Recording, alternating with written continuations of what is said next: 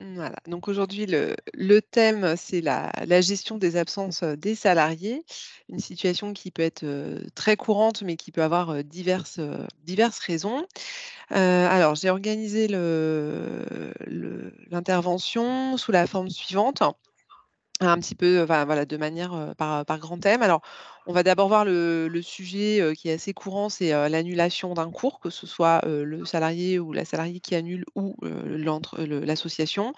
Ensuite, le sujet des jours fériés, je pense que c'est d'actualité, avec ce qui arrive là, le mois d'avril et surtout le mois de mai, assez riche en jours fériés. Ensuite, tout un volet sur l'absence qui est due à la maladie et plus spécifiquement à l'accident de travail, parce qu'il y a des subtilités. Ensuite, on verra, des demandes, qui sont assez récurrentes, auprès de notre service, c'est les congés pour événements familiaux.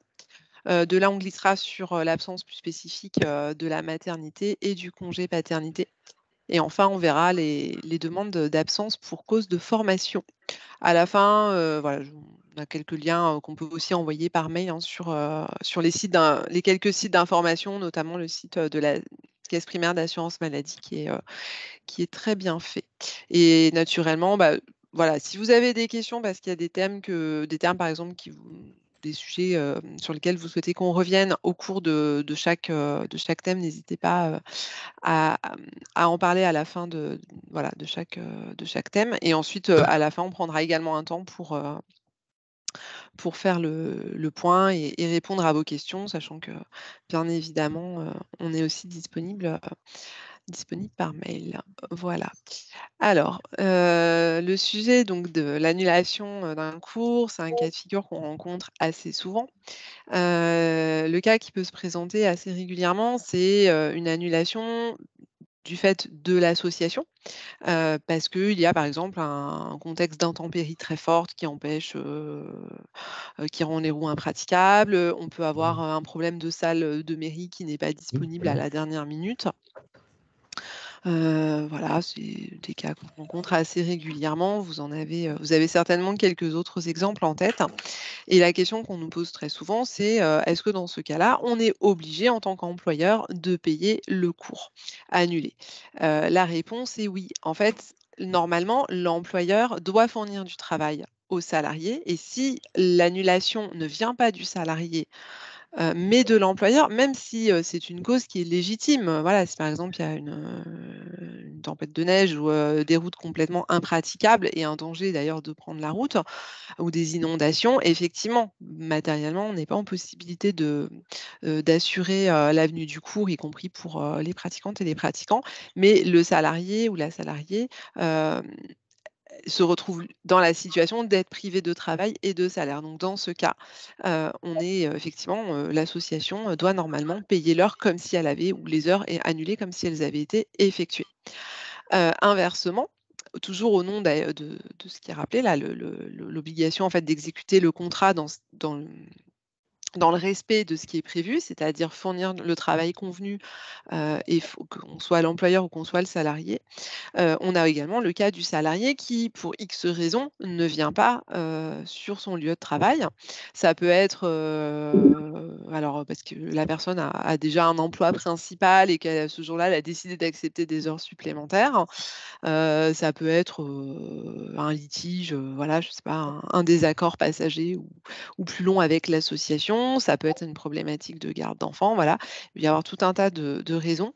Mais effectivement, si le salarié ne vient pas, normalement, l'employeur est en droit de retenir sur salaire, uniquement à proportion, exacte, hein, de l'heure, ou des heures manquées, les heures correspondant aux absences. Après, évidemment, on encourage toujours à ce qu'il y ait une discussion pour essayer de comprendre si le problème est juste temporaire, mais en l'occurrence, le salarié effectivement, doit venir à son cours et s'il ne vient pas, effectivement, c'est la retenue est tout à fait légitime. Après, on a souvent la question de nous dire: «Est-ce que tel motif, est légitime?» Là, très récemment, je vous cite un exemple qu'on a reçu au service juridique, c'était de savoir, il y a pénurie d'essence à cause des mouvements sociaux et est-ce que c'est un motif légitime de la part de la salariée, de ne pas venir? En fait, il faut distinguer 2 aspects.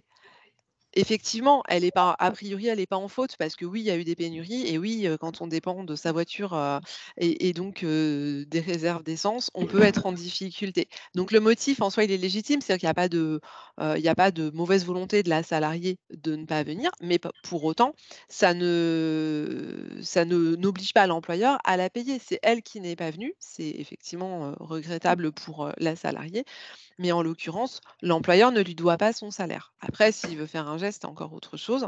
Mais voilà, il faut distinguer la légitimité, la bonne foi dans le motif et la retenue, la possibilité de retenir sur salaire. Là où on Euh, va ensuite sur un autre sujet, c'est quand le Pauline, motif n'est pas Pauline, légitime. Voilà. Oui? Pauline, je t'interromps.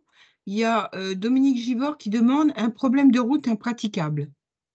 D'accord. Alors, oui, c'est ce que je disais tout à l'heure, ça peut être dans les sujets de, voilà, toutes les conditions de déplacement, une route impraticable, oui, concrètement, on ne peut pas forcer le salarié à venir si, ouh là, pourquoi ça se met en place tout seul là? On ne peut pas forcer la personne à venir, en fait. Si matériellement elle ne peut pas venir, on ne peut pas exiger qu'elle soit présente. En fait, la question, c'est plus dans les conséquences. Est-ce que l'employeur peut ou non retenir sur salaire? Et ensuite, est-ce que ce motif, effectivement, est légitime, c'est-à-dire non fautif? Inversement, un salarié qui déciderait, on a déjà eu des cas comme ça à chaque fois, hein, j'essaye de raccrocher à des sollicitations qu'on reçoit régulièrement. On a eu par exemple le cas de salariés qui privilégient un autre emploi en acceptant des heures supplémentaires auprès de son travail principal et avec, effectivement un contrat avec l'association de 1 à 2 heures par semaine en tant qu'animateur le soir. Bon, il accepte des heures sup sur son autre travail. Bah oui, ça pose problème effectivement au regard de l'association qui, elle, a signé un contrat avec ce salarié où il s'engage à venir de 18 à 19. Une fois, bon, on va dire que c'est acceptable. En revanche, si, effectivement ça fait, je sais pas, plusieurs absences coup sur coup, à chaque fois pour ce motif, à un moment l'association elle est en droit de réagir et de lui dire: «Bah, en fait, il faut que tu honores le contrat». Voilà. Sinon on va devoir Pauline, envisager Pauline, d'autres, je suis désolée de issues. te Oui, couper. je t'en Je prie. gère les questions en même temps, hein. D'accord. Alors Un peut-être problème de qu'on peut route, oui? d'accord, impraticable, tu as répondu. Et peut-on demander dans ce cas si le cours peut être rattrapé? Alors on va y venir, justement. Bon, Hem bah, Voilà, je m'apprêtais à vous proposer d'abord un petit cas pratique. Alors voilà, par exemple, le sujet d'une salle indisponible. Je vous laisse prendre connaissance de la petite proposition qui vous est faite et je vous invite à nous voilà, à nous fournir des solutions.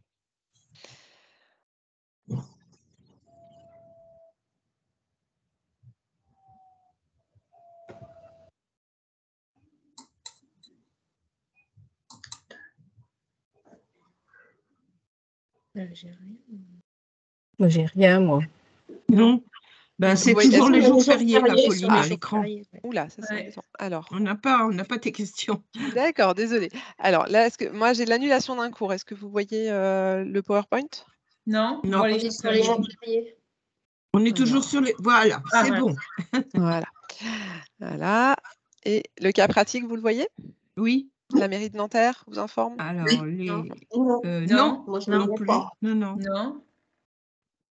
Je suis désolée, je comprends pas pourquoi ça Ah, ça y Voilà. est. Ça y est. C'est voilà. bon. Sinon je Ah, vous le la lis, il est mairie pas de très long. Nanterre, c'est bon. Mmh.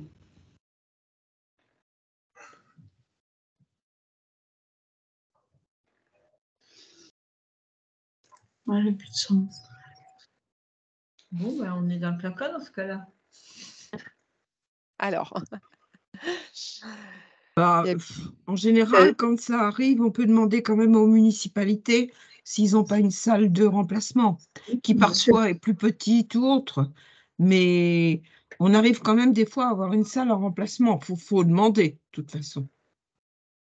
D'accord. Ouais. Alors, est-ce que selon vous, déjà, on est dans le cas où, enfin, c'est voilà, c'est à l'initiative de qui, en fait, d'un point de vue de relation salarié-employeur, à l'initiative de qui les cours pourraient ne pas avoir lieu? Je vous invite à répondre plutôt par oral parce que là, ça va être un peu compliqué de gérer à la fois l'écrit et et et l'oral.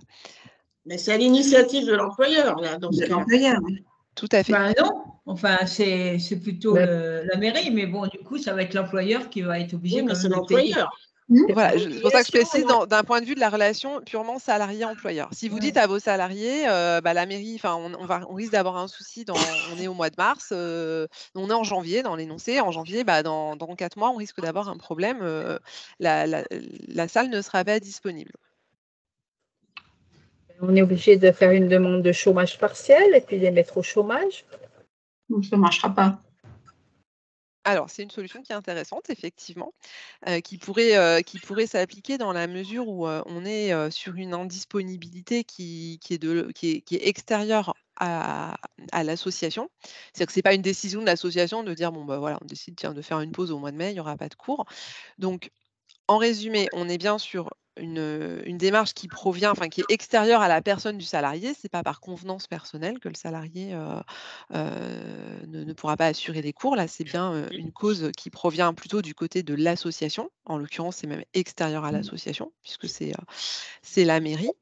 Hem, du point de vue de la mairie, vous envisagez quelque chose?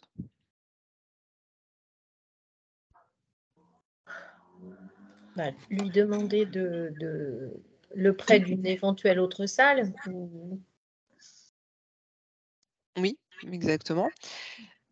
Dans certains cas, il y a une convention de mise à disposition entre les mairies et enfin la une municipalité et une association, c'est pas toujours le cas, mais quand il y a une convention écrite, normalement, elle doit être respectée. Donc déjà, la mairie, peut être tenue, il faut aller voir cette convention, la mairie peut être tenue de vous fournir une solution de remplacement. À minima, vous pouvez la solliciter parce qu'elle vous met dans l'embarras, y compris vis-à-vis aussi des adhérents, évidemment, pas que du côté des salariés. Parfois, Mais souvent dans les conventions de mise à disposition, il est souvent stipulé que les salles peuvent être récupérées pour une oui. utilisation. Enfin, ils se protègent aussi au niveau des Oui. mairies parce que.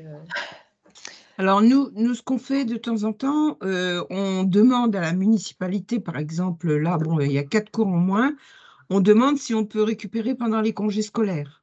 Oui. Alors ça n'arrange pas forcément les gens, hein, Mm. mais au moins, il y en a quand même qui viennent, quoi. Oui, Voilà. oui, ça Donc ils fournit nous une donnent la salle solution. pendant les congés scolaires. Alors, cette solution, elle avait l'air d'être un peu contre-indiquée lorsqu'on a fait le contrat de travail parce que les heures ne correspondaient pas à ce qui était prévu initialement dans le contrat. Voilà, en fait, le problème, c'est que dans une situation comme celle-ci, vous pouvez avoir 2 volets. C'est-à-dire que vous avez déjà trouvé une solution de remplacement pour Mhm. avoir éventuellement une salle, mais d'un autre côté, vous avez un contrat de travail avec un salarié qui, lui, peut vous dire, «Oui, mais moi, j'ai signé pour avoir des heures, mettons, tous les vendredis, de 18 à 19. Je me suis arrangée comme tel. J'ai d'autres emplois par ailleurs, pourquoi pas, évidemment des emplois dans d'autres associations EPGV. Et pendant les vacances scolaires, bah, moi, je ne suis pas disponible, voilà et d'ailleurs, ça n'a jamais été prévu que je travaille pendant les vacances scolaires. Donc effectivement, on va se heurter à ce que prévoit le contrat de travail et le salarié n'a pas l'obligation d'accepter, les horaires qui sont complètement différents, qui lui sont, proposés. Voilà, donc effectivement, c'est des situations qui peuvent être un petit peu, qui peuvent être problématiques. En tous les cas, in fine, s'il y a une impossibilité absolue de trouver une solution de substitution, de décaler les horaires de cours, en vous arrangeant en plus avec les adhérents, effectivement et que le sujet du chômage partiel, de l'activité partielle n'est pas envisageable, normalement, vous pouvez effectivement, vous devez envisager le maintien de la rémunération des salariés. Eux sont en droit d'attendre la Est-ce rémunération promise, voilà. est-ce qu'on peut demander, comme j'ai marqué, d'envisager de faire le cours en extérieur si ça se passe au mois de mai et qu'il y a éventuellement une possibilité de travailler dehors? Oui, tout à fait. Après, Oui. voilà, sur le sujet d'un lieu de substitution, Il y a pas de problème. voilà, après, ça peut poser éventuellement des questions de sécurité ou d'assurance, mais dans l'absolu, si c'est faisable, voilà, le salarié, lui, il peut Non. pas, comment dire, protester contre un changement du lieu de travail, sauf s'il est totalement insécurisé. Mais en l'occurrence, voilà, la solution que vous proposez, elle serait acceptable. Après, c'est beaucoup de cas par cas, mais en l'occurrence, ça pourrait être une solution effectivement, tout à fait acceptable. Idéalement, il faudrait que la mairie vous indemnise, des salaires, que vous serez obligé de verser. Voilà, mais ça évidemment, c'est dans un monde, là, on est un petit peu utopiste. Voilà. Oui, parce qu'à l'origine, c'est quand même eux Mhm. qui génèrent la situation. Voilà, est-ce que vous avez d'autres questions? Non. Non. Enfin, moi, ça va. Voilà. Après, bon, c'est compliqué d'envisager toutes les situations possibles. Il y avait une question tout à l'heure, du coup, c'était sur le maintien, je crois, de salaire.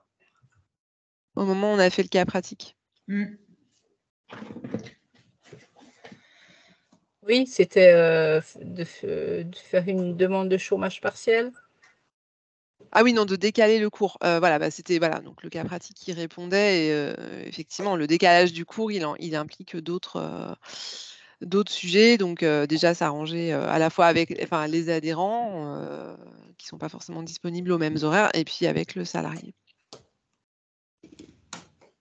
Voilà, donc en résumé, sur ce premier volet, ce qu'il importe d'avoir comme réflexe, c'est déjà de toujours identifier, de qui vient l'annulation.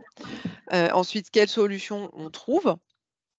Et effectivement, si le salarié, le cas que vous pouvez avoir aussi, c'est le salarié qui est obligé pour X raison d'annuler son cours, je sais pas, un problème de garde d'enfant par exemple de dernière minute et qui vous dit: «Est-ce que je peux le décaler à un autre, sur une autre période?» Bah, là, en fait, on retrouve un peu le cas inverse, c'est-à-dire que oui, dans l'absolu, tout est possible.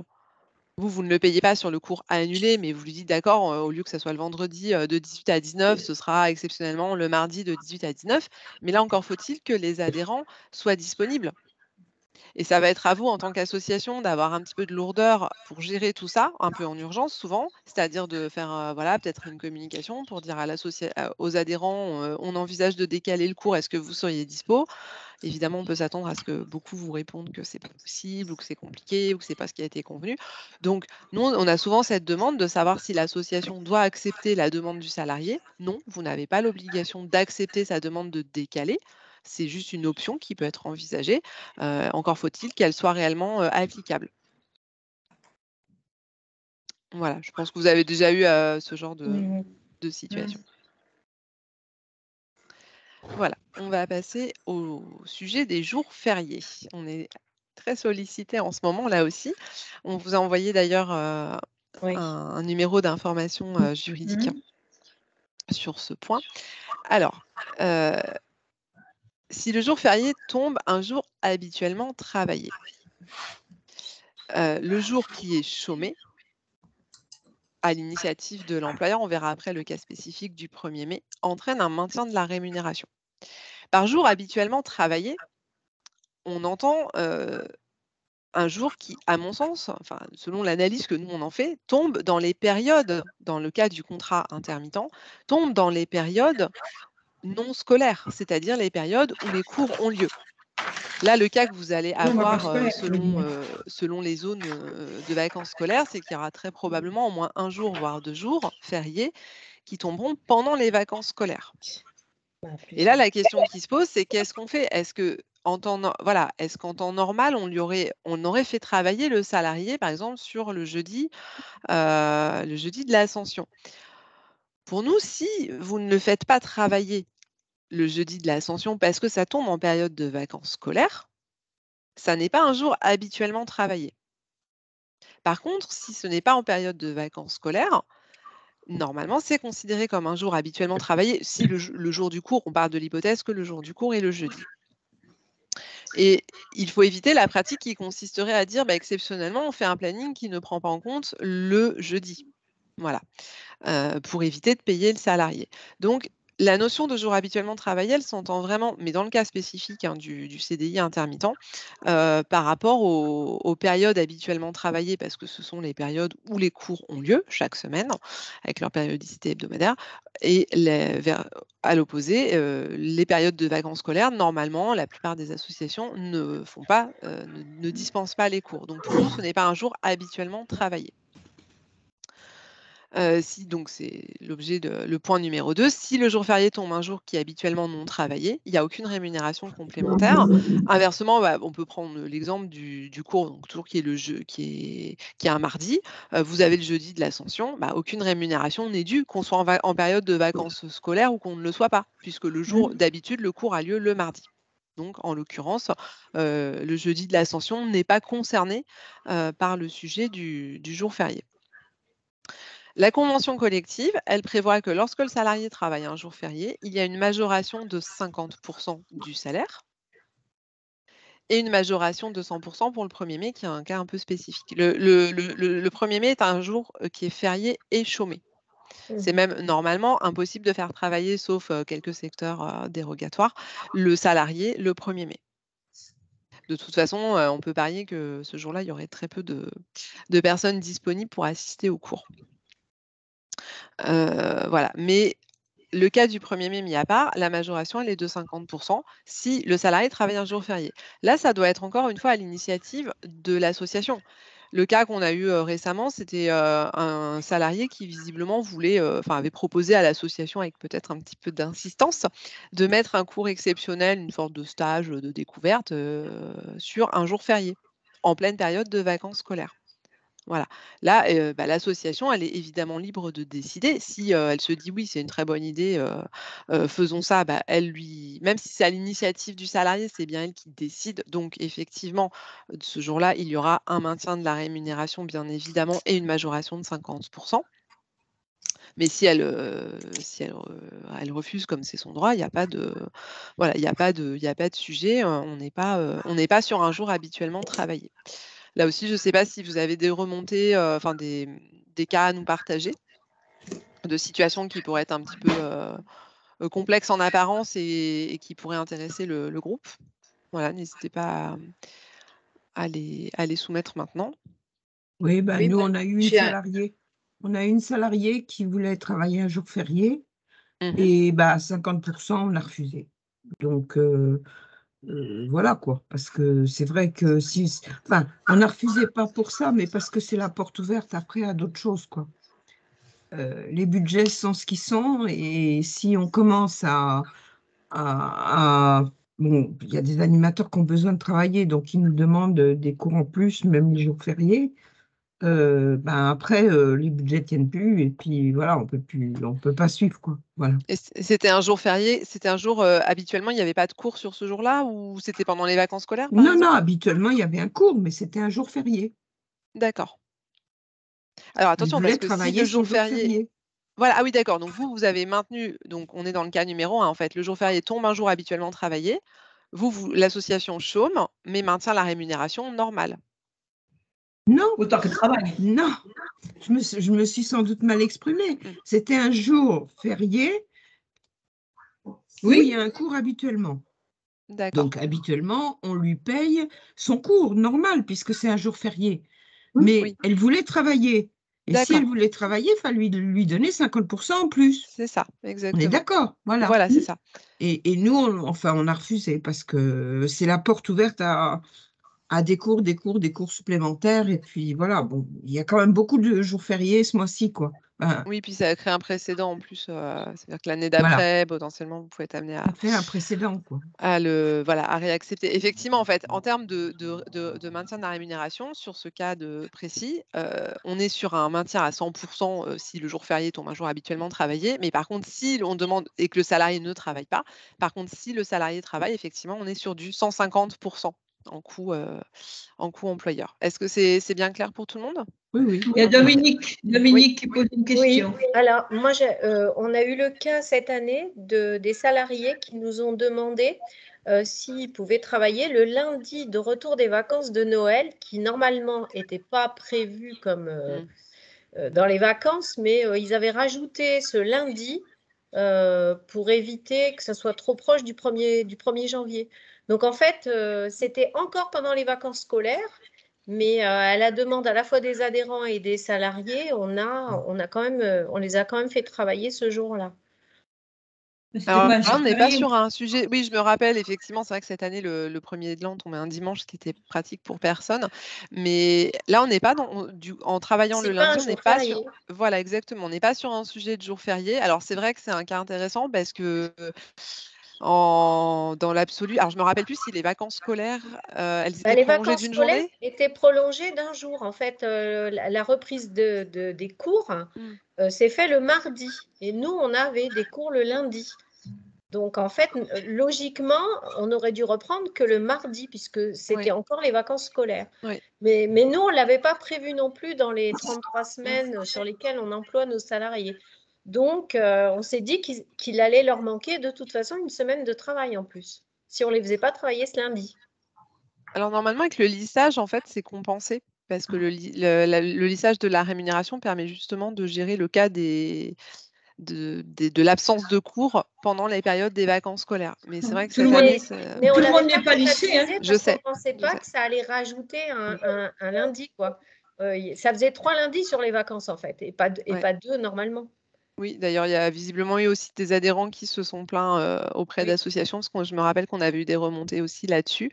Dans un cas comme ça, alors nous, ce qu'on préconise, on est conscient des difficultés financières des associations, mais dans un cas comme ça, effectivement, s'il n'y a pas de lissage et qu'il y a un jour qui est à annuler, bon, on peut préconiser quand même de maintenir le salaire pour éviter, disons, de générer des tensions, voilà.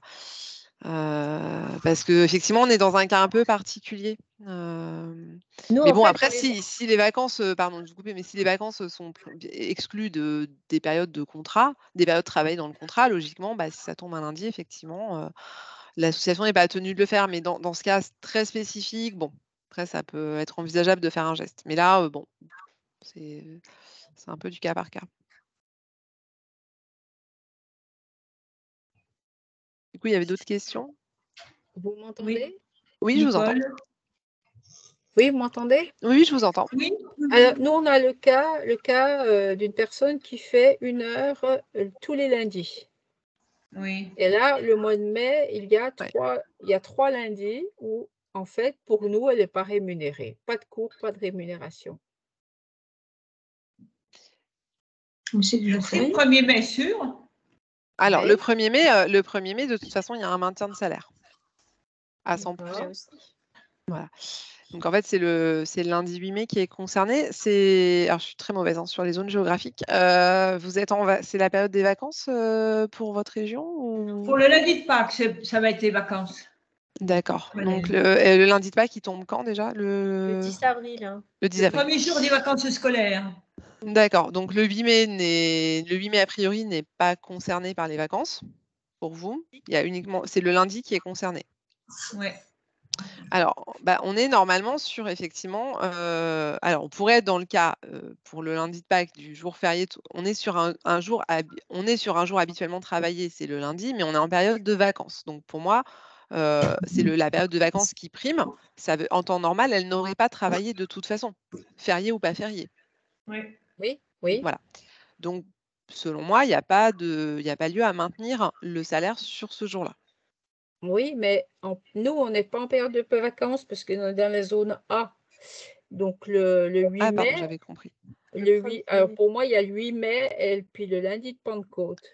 Alors moi, en l'occurrence, je parlais déjà du lundi de Pâques. Le lundi de Pâques, pour le coup, vous êtes en période de vacances. Vacances, oui. Voilà. Donc pour moi, sur ce jour-là, on n'est pas sur un jour habituellement travaillé. D'accord. Puisqu'en temps normal, elle n'aurait pas travaillé, en fait. Jour férié ou pas jour férié.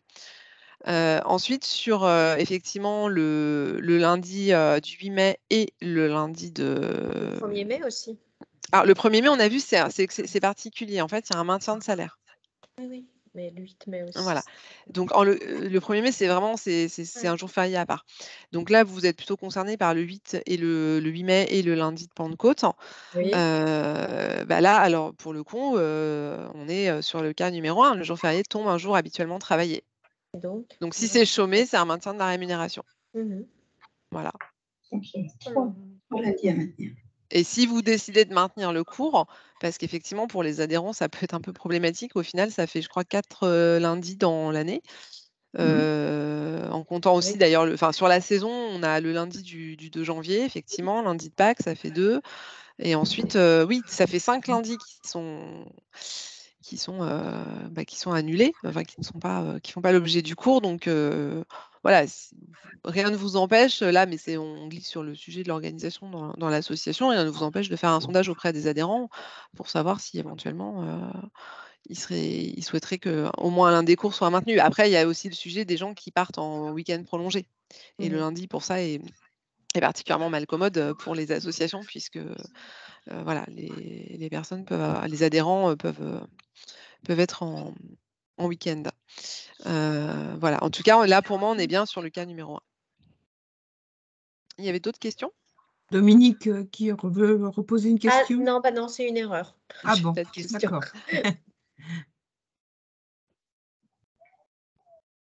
C'est bon Vous pour les baissez questions? vos Moi, je mains? vois 3 mains levées, voilà, mais parfois, on croit qu'on Moi, j'en ai a enlevé la 2. main. J'en vois Baissez 3, vos moi. mains si vous n'avez plus de questions. Il faut Dominique, cliquer, en enlève fait, ta sur... Je fais comment là? Parce que j'ai Bah, juste- clique sur ta main, clique sur la main Bon, là-haut. c'est pas grave. L'essentiel, c'est qu'on sache Voilà, quelles c'est bon, questions c'est sont... bien. Voilà, mais on va passer au sujet de l'absence pour maladie. Donc, j'ai fait ce choix dans le cadre de la présentation, donc d'aller sur la maladie. C'est vraiment tout ce qui concerne l'état de santé, et on va partir du principe que c'est indépendant de la volonté du salarié. C'est-à-dire que dans un premier temps, on était sur l'annulation des cours pour des raisons diverses. Ensuite, on est sur quelque chose qui est imposé, qui fait partie du code du travail, hein, et de l'organisation même de la société, c'est les jours fériés.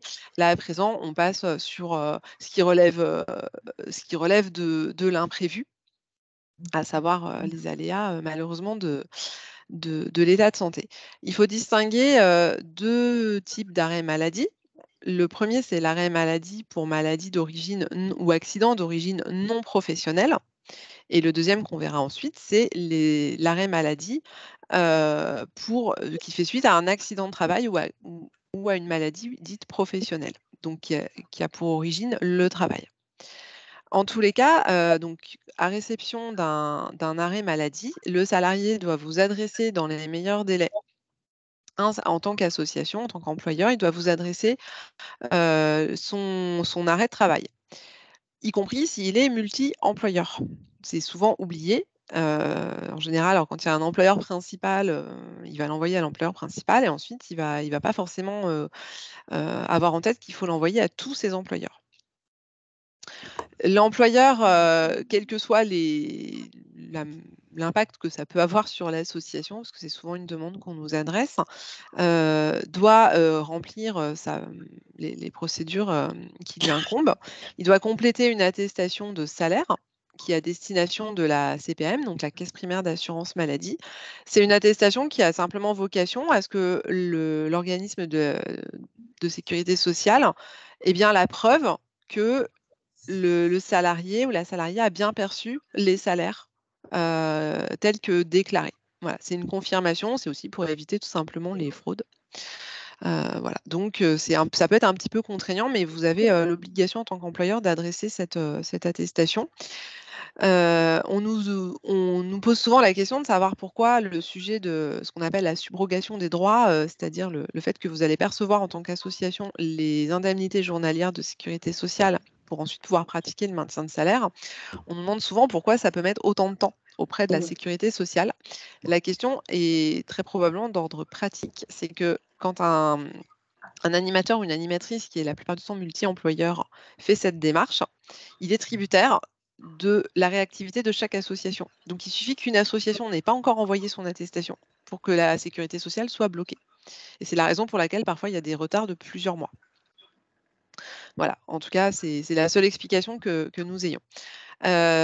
L'employeur, alors nous, on conseille évidemment de faire ce qu'on appelle la subrogation, c'est-à-dire de percevoir les indemnités journalières à la place du salarié pour ensuite les restituer, y compris via le maintien de salaire. Est-ce que le maintien de salaire, ça parle à tout le monde? Vous avez déjà eu l'occasion de le pratiquer, ou est-ce que je développe un petit peu? Non, c'est bon. Bah, Non, c'est bon. Enfin, si on n'a pas 1 an de contrat de travail, on n'est pas obligé de faire la subrogation. Voilà, en fait, c'est le maintien de salaire, c'est effectivement, à partir d'1 an d'ancienneté. Ancienneté de contrat de travail, c'est-à-dire si vous avez employé la personne en auto-entrepreneuriat, normalement c'est pas valable. Voilà, ça doit être 1 an, vraiment l'équivalent de 12 Ancienneté en mois, tant que date à salarié. date. Voilà. Ça Ben, s'applique à partir du 4e jour d'arrêt de travail. C'est l'arrêt de oui. travail qui prime. C'est-à-dire que c'est De pas toute le nombre façon, de cours. Oui? De toute façon, je pense que c'est important de redire qu'on n'a pas le droit d'embaucher, enfin, qu'on n'a pas le droit de Oui. prendre des auto-entrepreneurs dans une association EPGV. Voilà, alors nous en tout cas, effectivement, on le déconseille fortement. Après, il y a des associations qui le font, mais nous, on le déconseille pour tout un tas de raisons.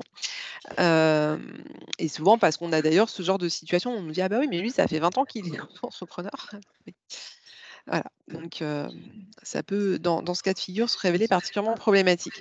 La notion de 4e jour d'arrêt de travail, elle s'entend vraiment à partir du jour où débute l'arrêt de travail indépendamment des cours. Je vais vous donner un exemple parce qu'on a là aussi ce genre de sollicitation. L'arrêt de travail commence un lundi et le cours est le mardi. Le cours habituel est le mardi. Donc on a des associations qui nous disent: «Ah bah oui, mais moi du coup, comment je compte les 4 jours? Est-ce que c'est à partir du mardi? Est-ce que c'est, à partir de la semaine d'après?» Donc en l'occurrence, le maintien de salaire, on va partir de l'hypothèse où il y a une condition d'ancienneté qui est remplie de 1 an.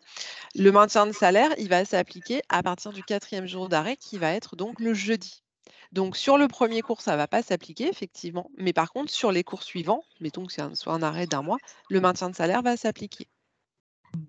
Voilà. Il y a une Inversement, si c'est un cours qui a lieu le vendredi, le maintien de salaire, toujours dans l'hypothèse où on a un arrêt de travail qui commence un lundi, le maintien de salaire s'applique bien dès le premier vendredi, non travaillé. Il y a une question, Oui. Pauline, c'est que fait-on quand nos salariés n'ont pas ouvert de droit à la sécu? Alors ça, en fait, on le dit d'ailleurs dans la fiche que je pourrais vous envoyer ensuite. Vous devez, on va partir du principe qu'on est, voilà, sur les 1 an d'ancienneté. Vous avez effectivement un salarié qui, pour X raison, n'a pas assez cotisé, heu et n'a pas ouvert de droit à la sécurité sociale. En fait, vous devez quand même faire les démarches qui sont attendues de vous en tant qu'employeur, c'est-à-dire adresser l'attestation déjà de salaire à la sécurité sociale, heu, effectivement, indiquer que vous souhaitez pratiquer la subrogation et en fait, ensuite, c'est à la sécurité sociale de vous dire: «Le salarié n'a pas ouvert assez de droits».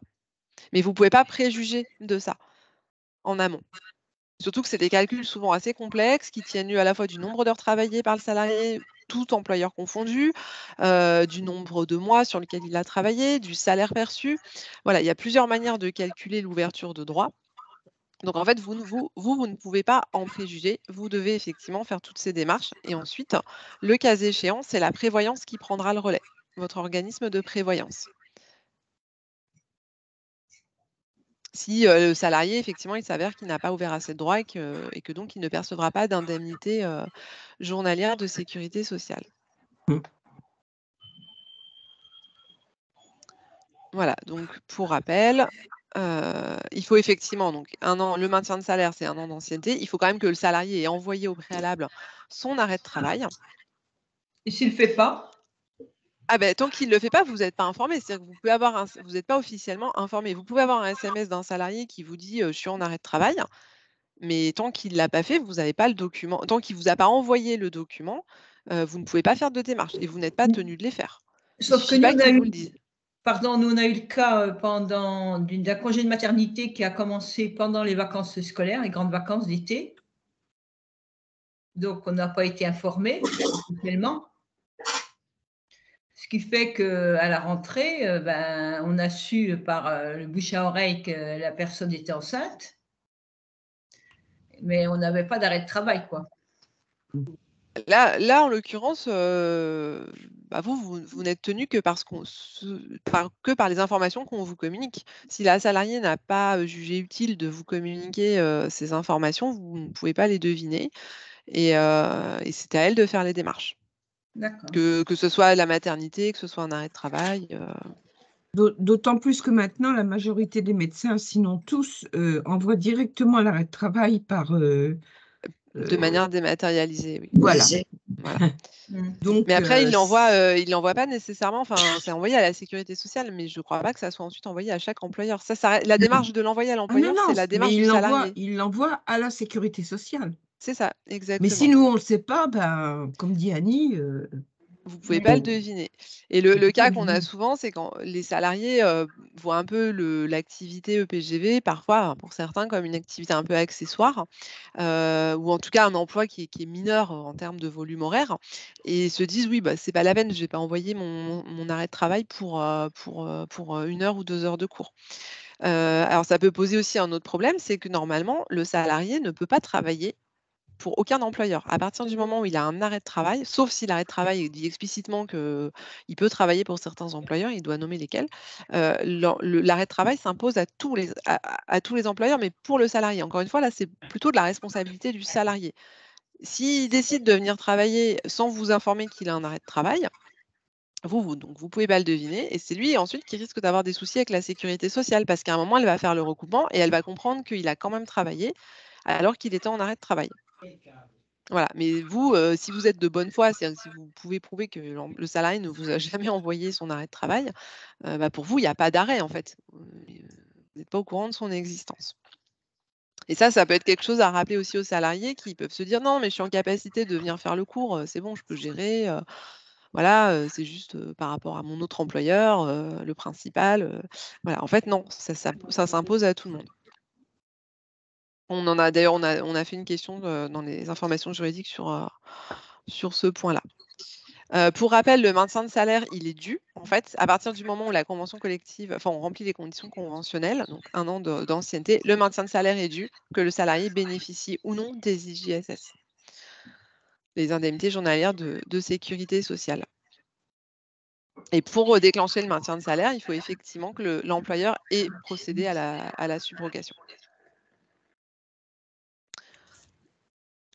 Alors, je passe un peu sur l'ouverture des droits parce que ça, voilà, on les a mis pour information, on vous les enverra en envoyant le PowerPoint, mais ça, c'est plutôt le sujet du salarié, en fait.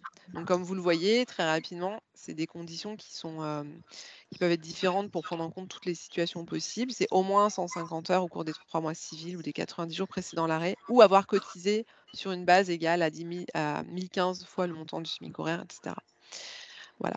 Donc, parfois, le salarié, effectivement, peut avoir travaillé, mais ne pas ouvrir de droit. Une question, Monique. Oui. Monique. Oui. Ben, je ne sais pas, je ne trouve pas mon nom dans la liste, donc je suppose que… Ça ne va rien, moi j'ai vu. Bon, d'accord, merci.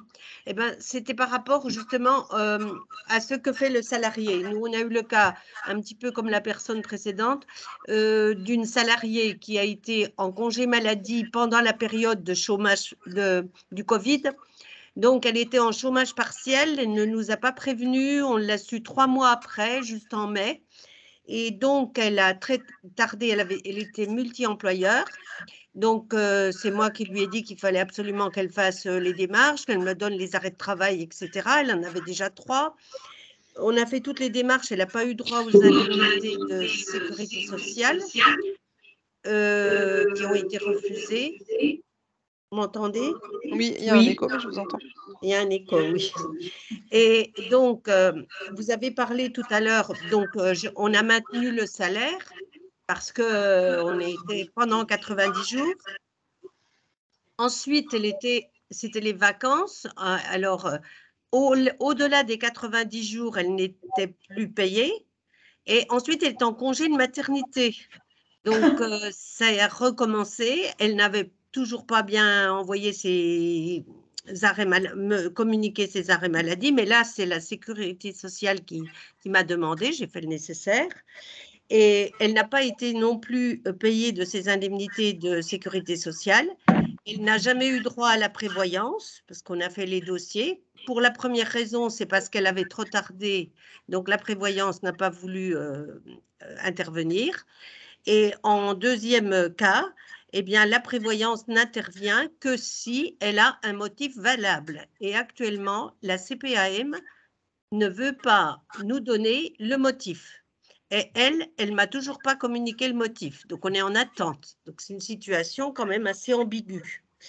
Alors, dans ce cas-là, qu'est-ce qu'on fait? Maintenant, on a quand même, elle a démissionné. D'accord. Mais Alors, il y a une situation qui n'est oui. pas tout à fait réglée par rapport à la prévoyance, Ok. c'est tout. Je comprends de la situation, c'est quand même surtout la salariée qui semble ne pas avoir fait les démarches en temps utile. Donc fait. on en revient à ce qu'on disait tout à l'heure, à un moment vous n'êtes pas devin. Voilà, si on vous envoie pas les documents, si on vous informe pas et effectivement, plus dans le cas du multi-emploi, ça peut être un peu, compliqué. En fait, vous ne pouvez traiter que ce que vous avez donc et après en plus les organismes de prévoyance, ont aussi leurs propres règles de fonctionnement.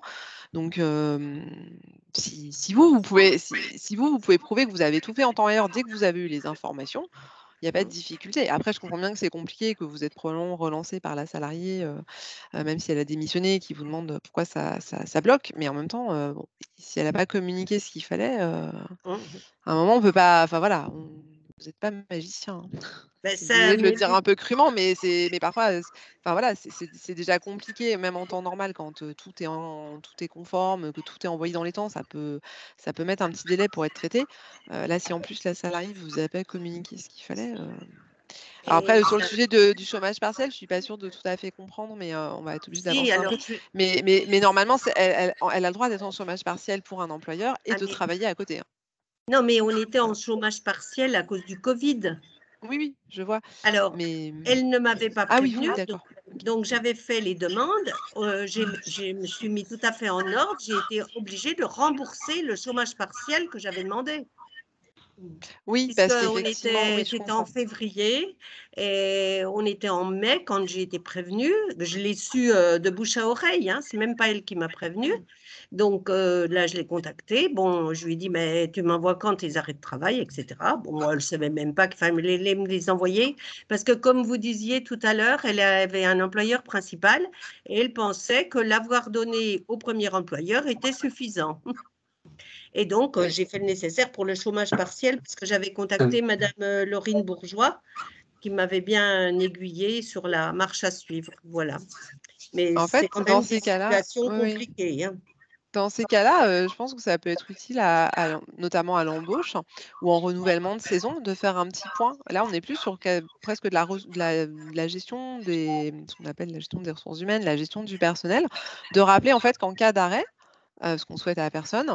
Voilà, il y a des procédures simples à suivre et qu'effectivement, tous les employeurs doivent être informés pour éviter ce type de situation de blocage. Idem pour un congé maternité, une situation de grossesse. C'est important d'ailleurs que l'employeur soit au courant dès que possible sur la grossesse. Voilà, pour des raisons évidentes aussi de sécurité, d'avoir quand même une attention sur la santé, on va y venir. Mais voilà, en tous les cas, ça peut être des bonnes pratiques à rappeler à vos salariés, justement pour éviter d'en venir là et de leur rappeler que en fait, bah, vous, voilà, vous pouvez pas, deviner une situation. Alors parfois, il arrive on ait effectivement 2 associations EPGV qui communiquent, parce que le salarié, il a pensé à envoyer, son arrêt à l'une, mais pas à l'autre. Mais normalement, ça devrait même pas avoir lieu. C'est d'abord, il y a quand même un peu il y a une Quand même un confidentialité à peu respecter d'exigence. et puis voilà, c'est pas comme ça que ça doit fonctionner, en fait.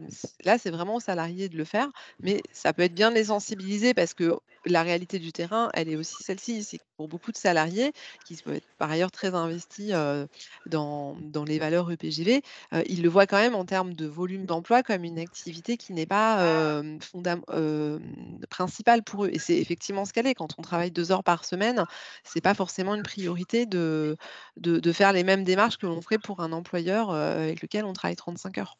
Mhm. Voilà, Merci. voilà.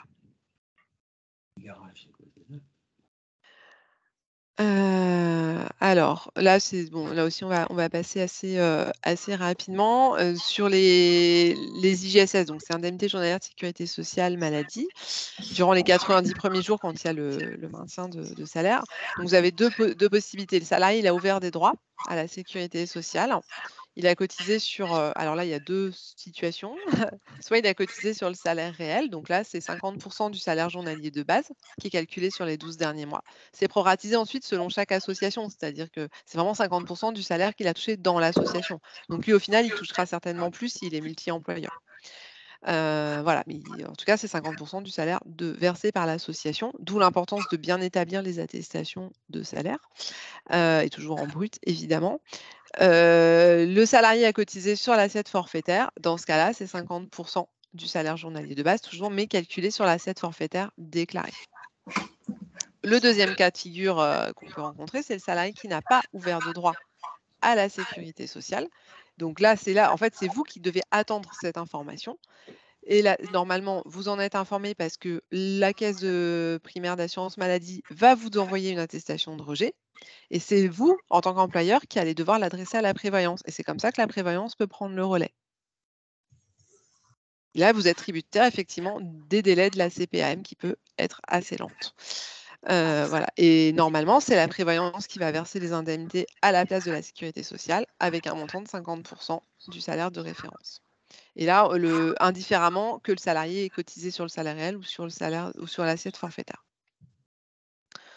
Voilà. Sachez que vous avez normalement auprès de vos organismes de prévoyance, vous pouvez également souscrire une assurance, enfin une cotisation supplémentaire qui permet, donc qui est de l'ordre de, je sais plus, 1 et quelques pourcents, enfin c'est vraiment pas très élevé, qui permet que le moment venu, quand il y a un maintien de salaire qui s'impose, la prévoyance le prenne en charge de manière plus élevée.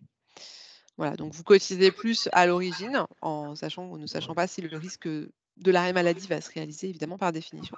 Mais inversement, quand il y a un arrêt de travail, parfois ça peut être avantageux d'avoir souscrit à cette cotisation complémentaire. Est-ce que vous avez des questions? Non. De toute façon, tout ça, on envoie vraiment sur demande les fiches récapitulatives et avec un mail d'explication si nécessaire, adapté à chaque situation, sur simple sollicitation du service juridique. Après les 90 jours, alors le salarié, donc toujours dans la situation où il a ouvert des droits à la sécurité sociale, il va bénéficier d'une indemnité journalière de 100% du salaire net, du 91e jour au 1095e jour, donc concrètement à peu près 3 ans. Si le salarié n'a pas ouvert de droit à la sécurité sociale, il va bénéficier d'indemnités de sécurité sociale correspondant à 50% du salaire net. Voilà, avec les indemnités de prévoyance.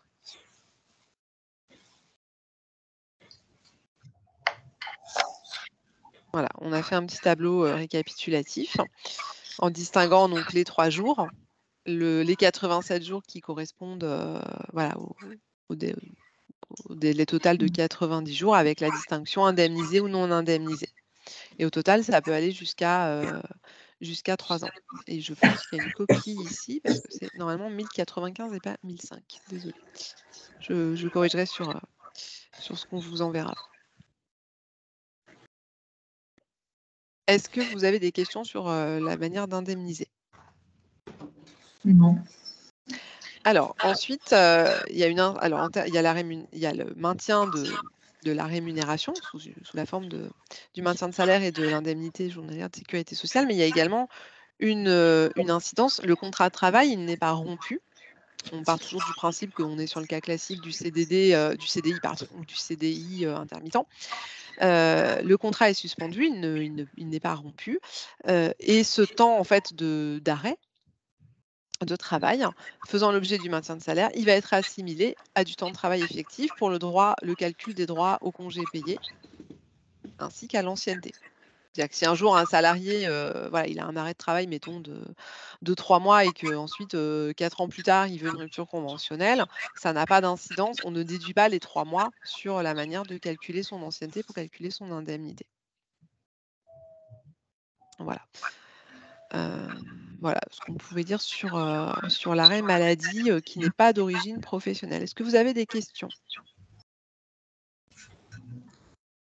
Attends, j'ai peut-être pas bien compris quand tu dis que après les 90 jours, tout ça, normalement, il y a 100% de salaire net aux salariés.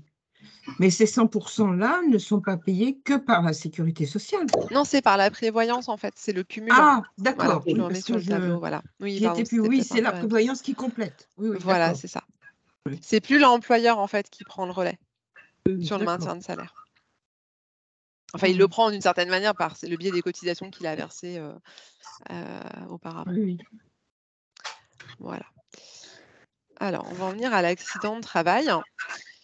L'accident de travail, donc, c'est défini de manière constante par tout type d'accident ou de lésion, même ou de malaise, hein, c'est pas forcément une jambe cassée, tout accident qui survient à l'heure et sur le lieu de travail. Et c'est réputé être un accident de travail, sauf si l'employeur parvient à démontrer que ce n'est pas le cas. Voilà. C'est une réglementation qui a vocation à être protectrice de la santé des salariés. Ce n'est pas une remise en cause de l'employeur. On ne dit pas nécessairement que l'employeur a commis une faute. Simplement, c'est un accident qui survient au moment du travail. Mais voilà, ça peut, les accidents de travail peuvent aller de, je sais pas, une foulure de cheville pendant un cours en tant qu'animateur parce que l'animateur a fait un faux mouvement, mais c'est quand même un accident de travail, à un malaise cardiaque, enfin, à des situations qui peuvent malheureusement être assez graves. Mais c'est pas forcément à cause du travail. C'est juste le simple fait que ce soit survenu à l'occasion du travail. La nuance, elle est là. Il faut donc que ce soit un fait, effectivement, alors ce qu'on appelle un fait accidentel. C'est un salarié dont le salarié concrètement ne soit pas à l'initiative.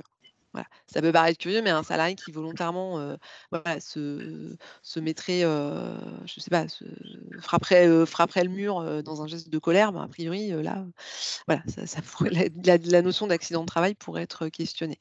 Mais voilà, en tout cas, les juges, quand il y a un litige, ils exigent que ça soit un fait dit accidentel à l'occasion du travail, que ça soit une lésion soudaine, c'est-à-dire que ça survienne vraiment pendant le moment pendant le moment du travail.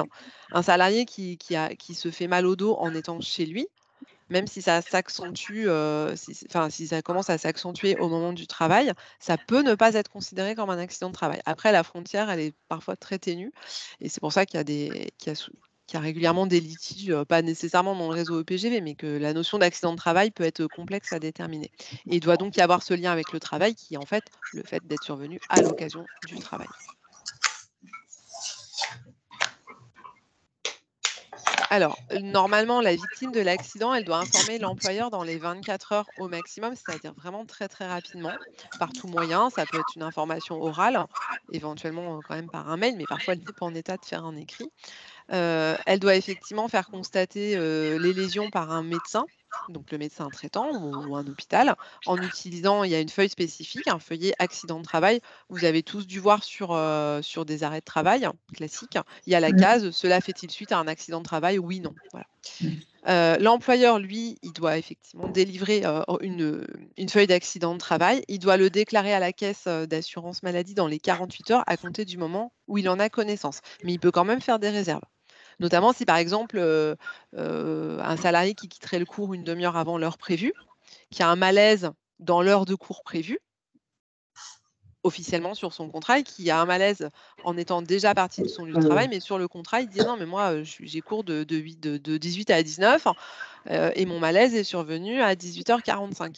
Si vous avez la preuve qu'il avait quitté son lieu de travail et qu'il n'était plus sur les lieux de travail, on peut remettre en question la qualification d'accident de travail. Encore faut-il évidemment que ce soit évidemment réellement le cas. Il faut également savoir qu'un accident de travail, je ne sais plus si on l'a signalé, un accident de travail, normalement, il doit être déclaré dans les 24 heures, mais il y a des cas où le salarié va faire reconnaître son accident de travail beaucoup plus tardivement. Il a 2 ans pour le faire. Le cas qu'on peut avoir, c'est, je sais pas, un salarié, par exemple, qui se foule gravement une cheville, mais qui va pendant le cours, mais qui ne va pas le dire, qui va prendre sur lui ou qui ne va pas penser à le déclarer. Et vous, en tant qu'employeur, vous n'en avez pas forcément connaissance parce que vous n'êtes pas nécessairement sur les lieux de travail pendant qu'il fait cours. Et surtout, si là encore, on retrouve le sujet de l'information. Si le salarié ne vous transmet pas l'information, vous ne pouvez pas la deviner. Mais si ensuite le salarié est informé, il se dit, mais en fait, j'aurais peut-être dû le déclarer comme un accident de travail, en pratique, il a la possibilité de le faire pendant encore 2 ans, à condition d'avoir les éléments médicaux qui le justifient. Il ne peut pas juste venir vous dire, j'ai eu un accident de travail il y a 1 an et demi et je m'en rends compte seulement maintenant. Il faut quand même qu'il puisse apporter des éléments. Et dans ce cas-là, c'est pour ça qu'on précise, c'est dans les 48 heures à compter du jour où l'employeur a connaissance de l'accident de travail. Je ne sais pas là aussi si vous avez déjà été confronté à ce type de cas, mais c'est assez fréquent que l'employeur ne soit pas toujours au courant en temps et heure.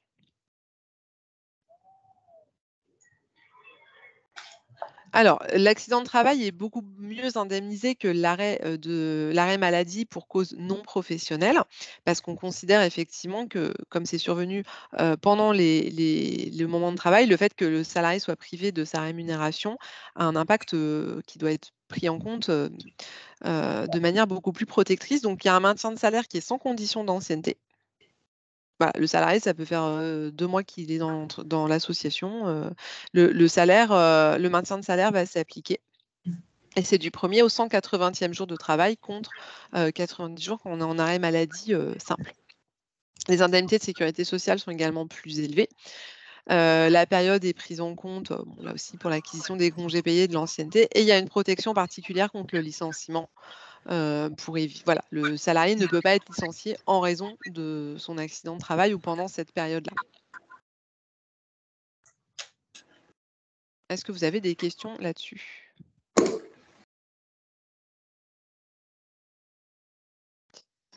Alors, vous avez également ce qu'on appelle l'accident de trajet. C'est un petit peu hybride, c'est-à-dire que ce n'est pas un arrêt maladie classique, mais comme ce n'est pas un accident de travail au sens où ce n'est pas survenu sur le lieu de travail ou à l'occasion du travail, mais c'est quand même provoqué par le fait que le salarié était en train de se rendre sur son lieu de travail.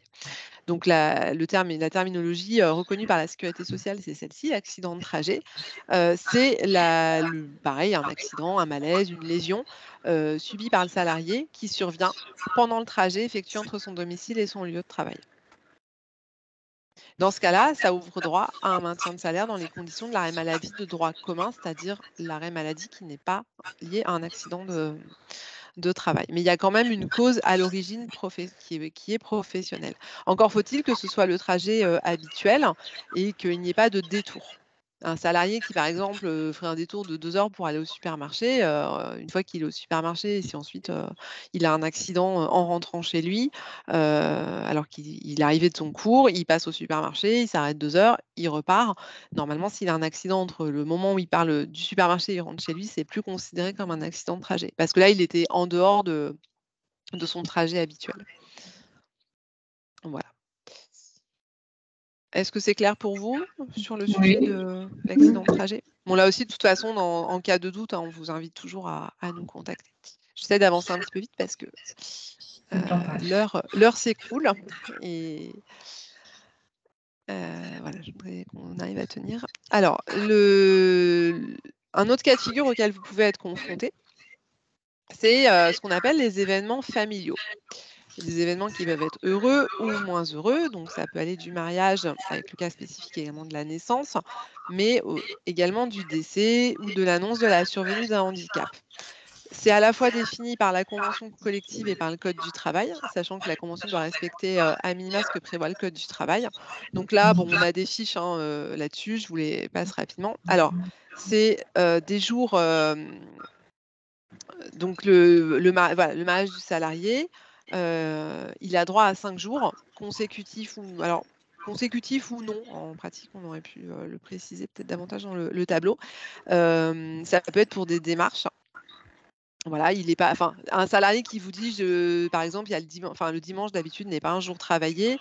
Évidemment qu'il peut prendre je sais pas, le mercredi, jeudi, vendredi, samedi, et ensuite le lundi suivant, voilà. Enfin, évidemment, c'est adapté selon l'organisation de la semaine et l'organisation des cours.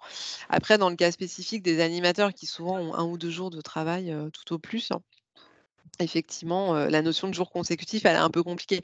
Il faut vraiment avoir à l'esprit que toutes ces dispositions, elles sont avant tout pensées par des gens qui travaillent à plein temps en CDI, dans une seule entreprise. Le cas des personnes multi-employeurs, en CDI intermittent, c'est extrêmement atypique. Donc évidemment, c'est pour ça qu'il faut assouplir. Le code du travail dit c'est 5 jours consécutifs, mais il faut aussi faire preuve de souplesse. Ça entraîne, un maintien de salaire intégral. Voilà, l'idée, c'est que le salarié ne perde pas de salaire en raison de ces événements et il a la possibilité de s'absenter. Il doit vous fournir un justificatif. C'est-à-dire que ça peut être un certificat de mariage ou de PACS. Il n'est pas obligé il peut masquer le nom de la personne s'il le souhaite, mais voilà, en tous les cas, il doit quand même vous fournir un justificatif. Ça peut être le mariage également d'un enfant. Pour le décès, la loi là, ne le dit pas explicitement, effectivement, ce n'est pas 5 jours consécutifs. Décès d'un conjoint, mari, concubin ou d'un enfant, père, mère, belle-mère, etc., frère, sœur. La raison, elle est simple, c'est que quand il y a un décès, ben, on peut avoir des démarches administratives diverses qui peuvent être un petit peu éparpillées dans le temps. Voilà, on peut avoir aussi du trajet pour se rendre sur le lieu des obsèques. Donc, c'est pour ça que le Code du travail ne prévoit pas de manière explicite que c'est consécutif, parce que ça ne peut pas, par définition, la plupart du temps, ça ne peut pas être 5 jours consécutifs. Voilà. Après, rien n'empêche un employeur d'aller au-delà. Par exemple, pour le décès d'un père, d'un parent, si le salarié vous demande 4 jours et que vous vous entendez bien avec lui, et que vous souhaitez les lui accorder, il n'y a évidemment pas de difficulté. La seule obligation, c'est de respecter un principe d'égalité de traitement entre tous les salariés qui se trouveraient dans la même situation. Donc, en résumé, vous pouvez aller un petit peu au-delà de ce que prévoit la convention collective ou le Code du travail. Vous ne pouvez pas aller en dessous. Vous pouvez avoir une attitude plus favorable, mais elle doit s'appliquer à tout le monde. Voilà. Donc après, bon, il y a le cas spécifique du déménagement ou l'annonce de la survenue d'un handicap chez un enfant. C'est des cas qu'on n'a jamais eus. Nous, on a eu, je vois une main levée, là, je sais pas Oui. qui. Oui. Nous, on a eu aussi un employé qui prend 3 jours pour un deuil, mais c'est un ami, quoi, c'est pas de la famille. Donc, dans ces cas-là, on n'est pas obligé de le payer. Non. C'est un défaut de poste, on est bien d'accord. C'est ça. En fait, vous pouvez l'autoriser à s'absenter. On est sur un motif qui est légitime en soi, c'est-à-dire qu'il a le droit de vous faire la demande. Voilà, rien ne m'empêche. Vous pouvez accepter ou refuser. Oui. Voilà. En fait, logiquement, vous devez, à votre sens, accepter son absence, mais il ne sera pas payé. Après, vous pouvez aussi faire un choix de maintien de salaire, mais attention, là, ça crée des précédents. C'est un exemple intéressant parce que dans ce cas, ok, si vous accordez 3 jours à cette personne pour le décès d'un ami et que vous le rémunérez, vous maintenez son salaire, logiquement, vous êtes censé faire la même chose pour tout le monde et puis pas faire de différence. C'est pas un jour pour l'un, 4 jours pour l'autre. Voilà. Donc c'est là où ça peut créer des précédents.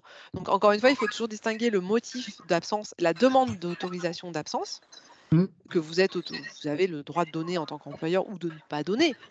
Quelqu'un qui vous dit qu'il veut prendre 10 jours, voilà, ça peut être un petit peu compliqué aussi pour vous organiser. Mais par contre, après, il y a le sujet distinct du maintien de salaire. Dans le cas des événements familiaux, d'ailleurs, on le dit bien, c'est événements familiaux, c'est réservé à la sphère familiale.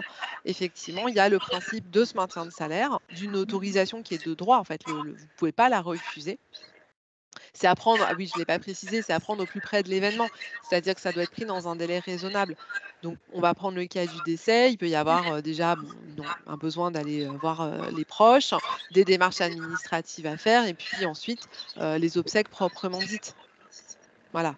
Le salarié n'a pas à vous justifier de tout, il doit juste vous donner, il doit pas vous justifier de ce qu'il fait, de l'emploi qu'il fait de ces jours-là. Par contre, il doit vous fournir normalement un certificat de décès. Après, s'il vous dit, alors oui, on peut avoir un cas de quelqu'un qui vous dit, un mois après, j'ai besoin d'aller chez le notaire. Bon, là, c'est un peu moins corrélé avec le décès lui-même. Voilà, mais on est encore dans un délai qui n'est pas complètement déraisonnable. En revanche, si c'est 3 mois après, non. Mais vous pouvez avoir le cas de rapatriement d'un corps ou de cendres. Enfin, voilà, il peut y avoir quand même des cas de figure très divers. Donc après, il faut vraiment, c'est du cas par cas. Là aussi, on s'adapte. Voilà. Mais normalement, on doit le prendre au plus près de l'événement. L'idée, c'est pas de le prendre 1 an après. Voilà. Je suppose que parfois ça arrive, des cas de demande très éloignés de l'événement en lui-même. Idem pour un mariage. Bon, pour un mariage, c'est plus, on va dire, c'est plus difficile de justifier que ça soit pris 6 mois après. Voilà. Alors, ensuite, on en arrive au congé maternité. Un petit point peut-être de synthèse avant d'aller sur le détail. La période du congé maternité, c'est vraiment une période extrêmement importante qui doit être prise avec beaucoup d'attention et de vigilance par l'employeur. On a eu parfois des demandes quand même d'associations qui se demandaient si elles ne pouvaient pas licencier la personne enceinte parce que vraiment ça ne les arrangeait pas, ces salariés qui tombaient enceintes plutôt que de donner des cours. Donc c'est une période de protection absolue de la salariée. À partir du moment où elle vous informe qu'elle est enceinte, elle n'a pas l'obligation de le faire dès qu'elle le sait, mais en tous les cas, c'est conseillé qu'elle le fasse parce qu'elle peut bénéficier d'un certain nombre d'aménagements et d'une protection contre la rupture. Et bien évidemment, compte tenu du fait que la plupart du temps, les postes qui sont concernés pour vous, ce sont des postes où il y a quand même une activité physique qui est importante, quelle que soit la pratique sportive, il est conseillé d'être très vigilant sur la santé de la salariée pendant cette période qui est très particulière. Donc ce qu'on appelle génériquement le congé maternité, il comprend un congé dit prénatal avant la naissance et un congé postnatal. Il va évoluer en fonction du nombre d'enfants, c'est-à-dire concrètement si on attend des jumeaux ou des triplés ou un seul enfant. On va prendre le cas, bon après c'est des cas, de toute façon là aussi on peut vous envoyer toutes les informations par mail. On va prendre le cas classique d'une naissance unique. Voilà, c'est le premier enfant. Il doit y avoir une durée de congé qui est d'au moins 6 semaines avant la date présumée de l'accouchement. C'est une date qui est déterminée par le médecin traitant, qui est communiquée aussi à la sécurité sociale. C'est une date qui est prévisionnelle, évidemment. Elle est rarement respectée au jour près, pour des raisons évidentes. Et ensuite, c'est au moins 10 semaines après l'accouchement. Après, c'est augmenté, effectivement, si on a des jumeaux. Voilà. Assez fréquemment, on peut avoir une situation de congé dit pathologique, c'est-à-dire le médecin traitant va arrêter, ou le gynécologue va arrêter la salariée avant la date de début du congé prénatal parce que son état de santé le justifie. Voilà, c'est un congé dit pathologique et ça augmente, concrètement, c'est une forme d'arrêt maladie. Donc évidemment, on ne déduit pas les 6 semaines de cet arrêt pour raison pathologique, ça s'ajoute.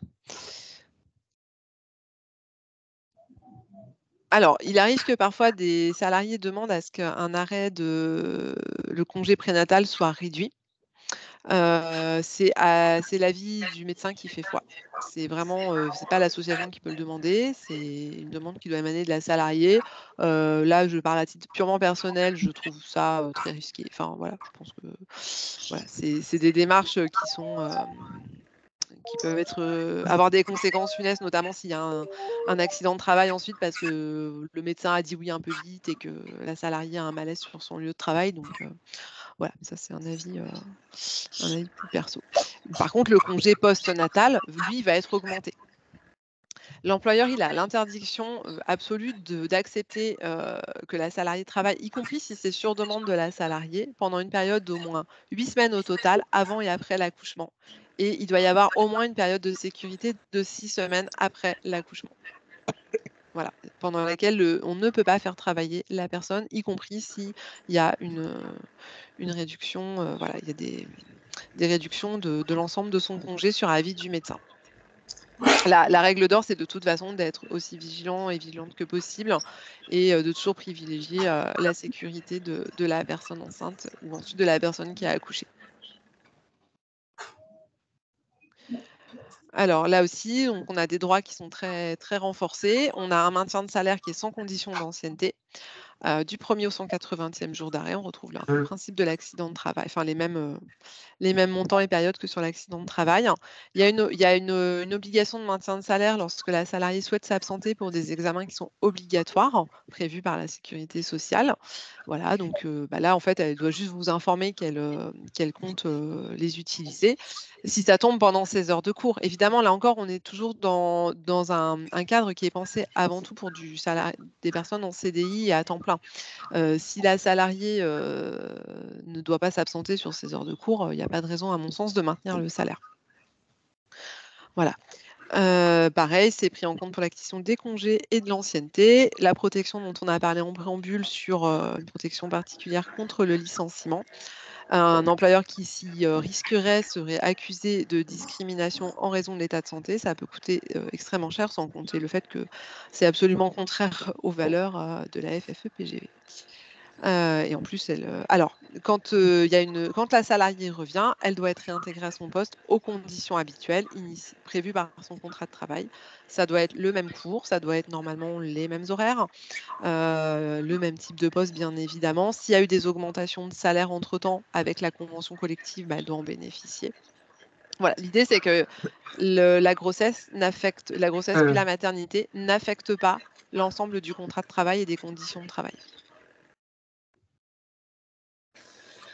Ça me fait penser qu'on n'en a pas parlé, mais le retour au travail, ça doit passer par une visite médicale obligatoire ou oui, on va en parler. Voilà, normalement, c'est sur la diapo. Suivante, peut-être. Voilà. Il y a une visite de reprise. Je ne comprends pas parce qu'il y a une diapo qui est... Bon. Normalement, il y avait une diapo en plus sur justement le retour.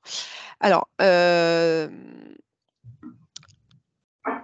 donc, comme on le disait, la salariée doit informer par un certificat médical qui atteste de son état de grossesse avec la date présumée de l'accouchement. Normalement, elle doit le faire en recommandé ou par courrier remis en main propre. Après, si elle le fait par mail, l'employeur ne peut pas prétendre ignorer. Enfin, ce serait très risqué de dire « moi, je n'étais pas au courant ». Voilà. Mais en tout cas, elle doit normalement, si elle veut bénéficier des avantages légaux, comme les autorisations d'absence qu'on a vues, elle doit le faire. Elle doit informer, mais elle n'est pas obligée d'informer son employeur. L'employeur peut pas lui reprocher en disant vous deviez me dire que vous étiez enceinte. Ne serait-ce que parce que parfois on découvre. Pour le remplacement, il faut bien qu'on le sache. Mais c'est justement pour. Enfin voilà, oui, en pratique, vous devez le savoir, mais vous ne pouvez pas reprocher à la salariée de ne pas vous l'avoir dit. Il n'y a pas de. Voilà, enfin, vous ne pouvez pas lui faire de reproches, que ce soit oraux ou écrits, en lui disant vous auriez dû nous informer que vous étiez enceinte. Bah oui, mais si elle ne se présente pas pour faire ses cours. Oui, alors là, vous êtes en droit de lui demander un justificatif, mais vous ne pouvez pas lui reprocher de ne pas vous avoir dit qu'elle était enceinte. Ah, ouais. Voilà, mais il faut un arrêt de travail. À un moment, de toute façon, la plupart du temps, enfin, je suppose que une salariée va avoir le réflexe de effectivement informer l'employeur.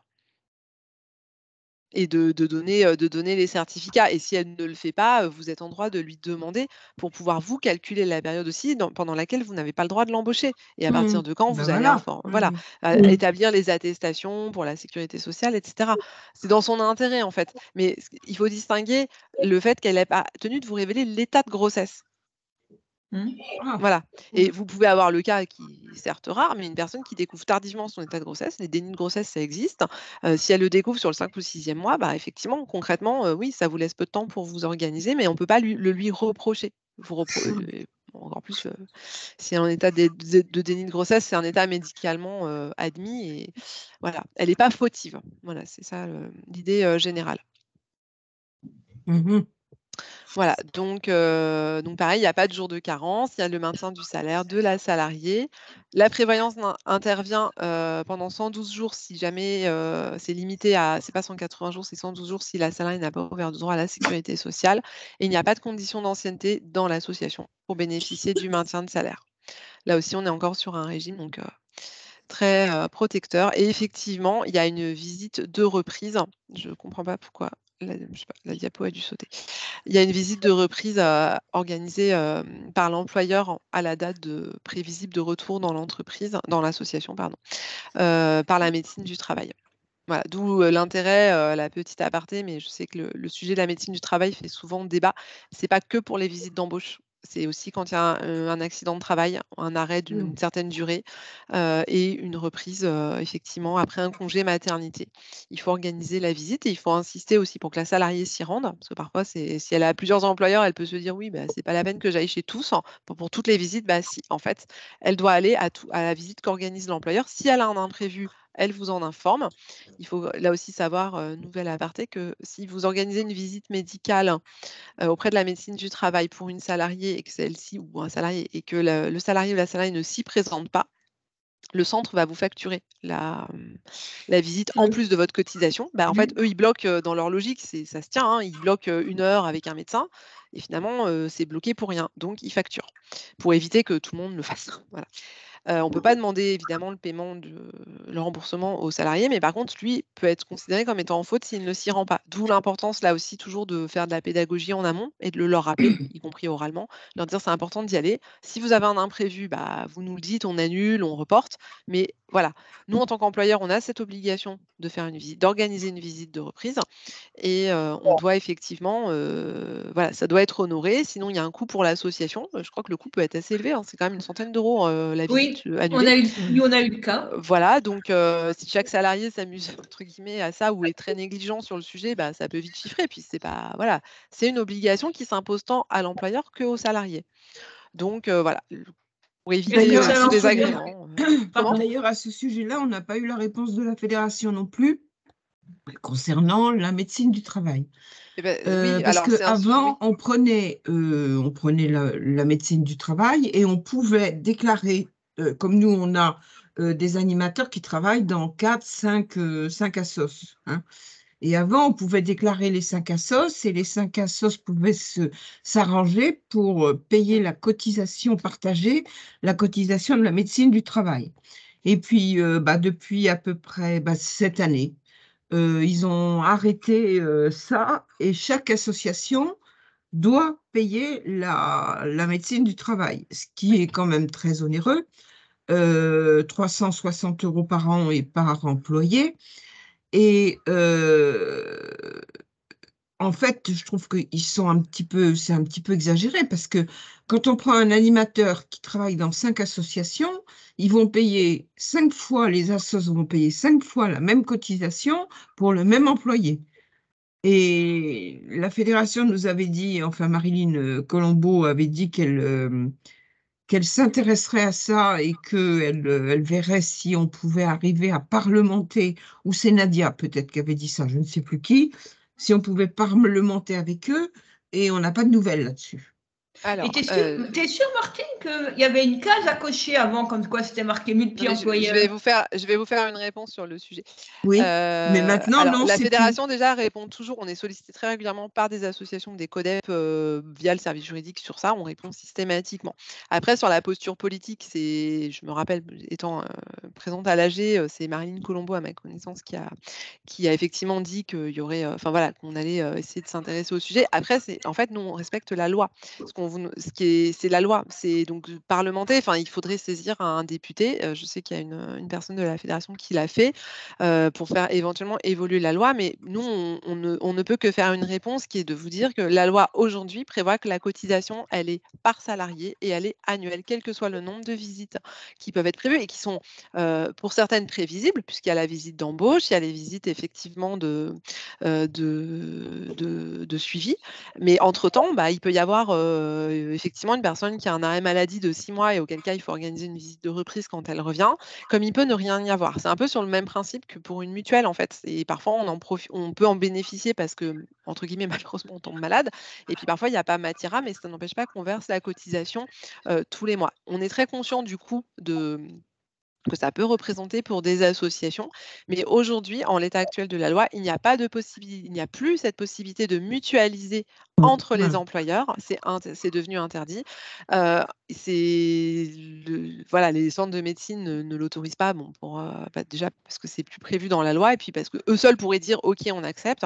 Mais bien évidemment, pour des raisons économiques, ils vont pas accepter. oui. Mais de toute façon, la loi dit bien, c'est par an et par salarié.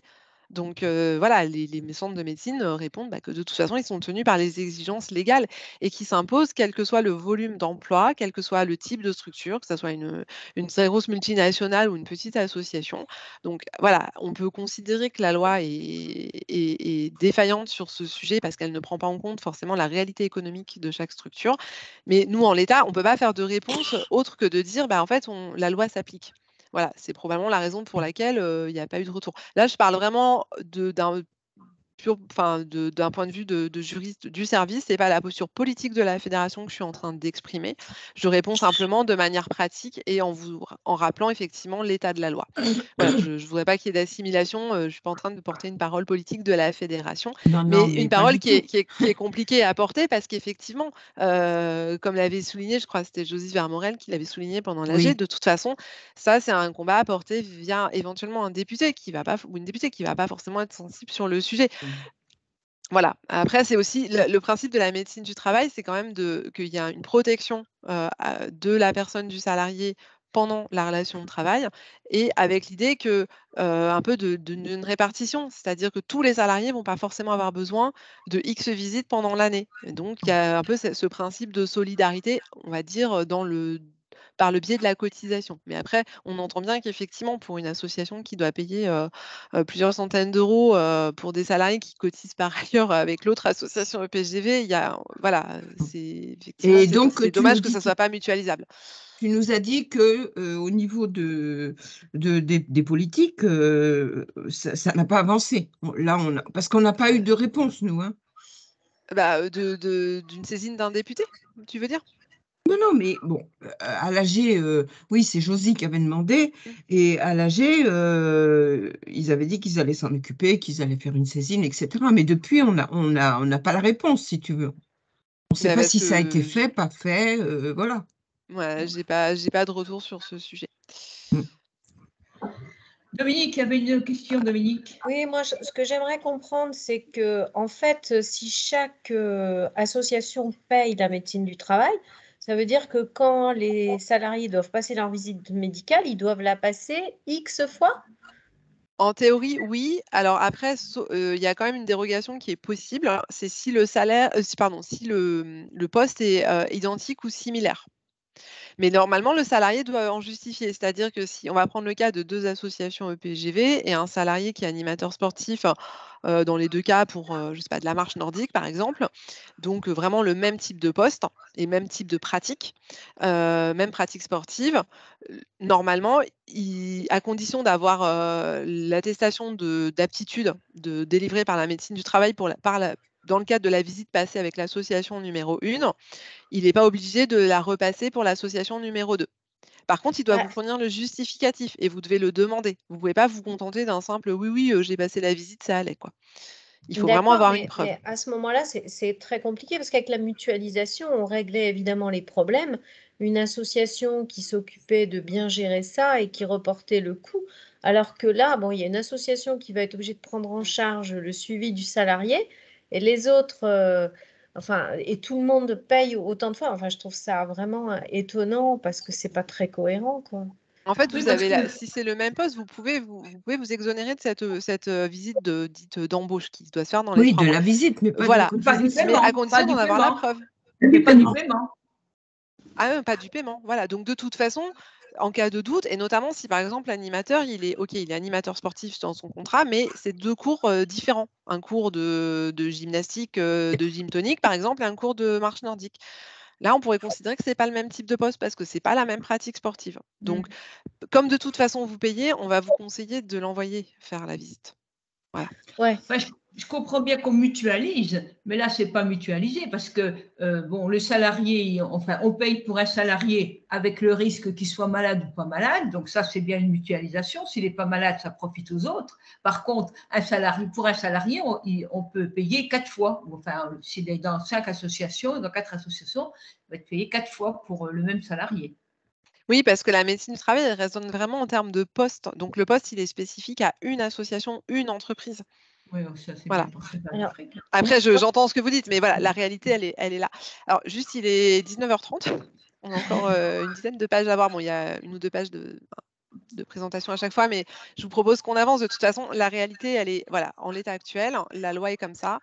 Et voilà, pour l'instant, on Je ne peux pas préconise faire autrement. effectivement, voilà.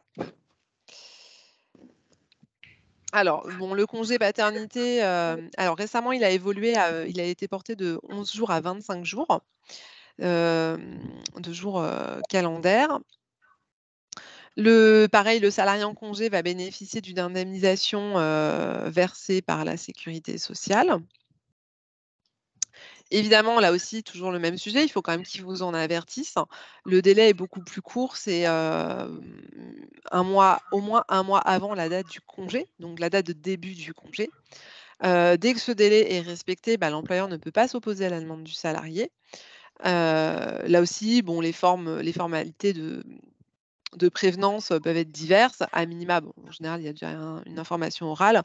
On demande quand même, enfin, c'est préconisé que l'association dise, bah, fais-nous un écrit, voilà, fais-nous une demande par écrit, que vous ayez une trace, voilà, en précisant les dates de début et de fin de congé que le salarié souhaite prendre, y compris pour que l'association puisse s'organiser. Oui. Donc pareil, le salarié doit adresser alors là, à sa caisse de primaire d'assurance maladie, la copie intégrale de l'acte de naissance ou du livret de famille qui est mis à jour pour prouver la naissance effectivement de l'enfant. Là, on n'est pas sur un congé prénatal, hein, vous l'aurez remarqué, c'est un congé à partir de la naissance. Il doit débuter dans les 4 mois de la naissance de l'enfant. Il n'est pas nécessairement à prendre au jour, voilà, au jour immédiat de la naissance. Il peut être décalé avec la limite de 4 mois. Il doit débuter, c'est-à-dire que ça peut dépasser du coup les 4 mois. S'il est pris, je sais pas, au bout de 3 mois et demi. Le salarié va apercevoir les indemnités journalières directement de la CPAM.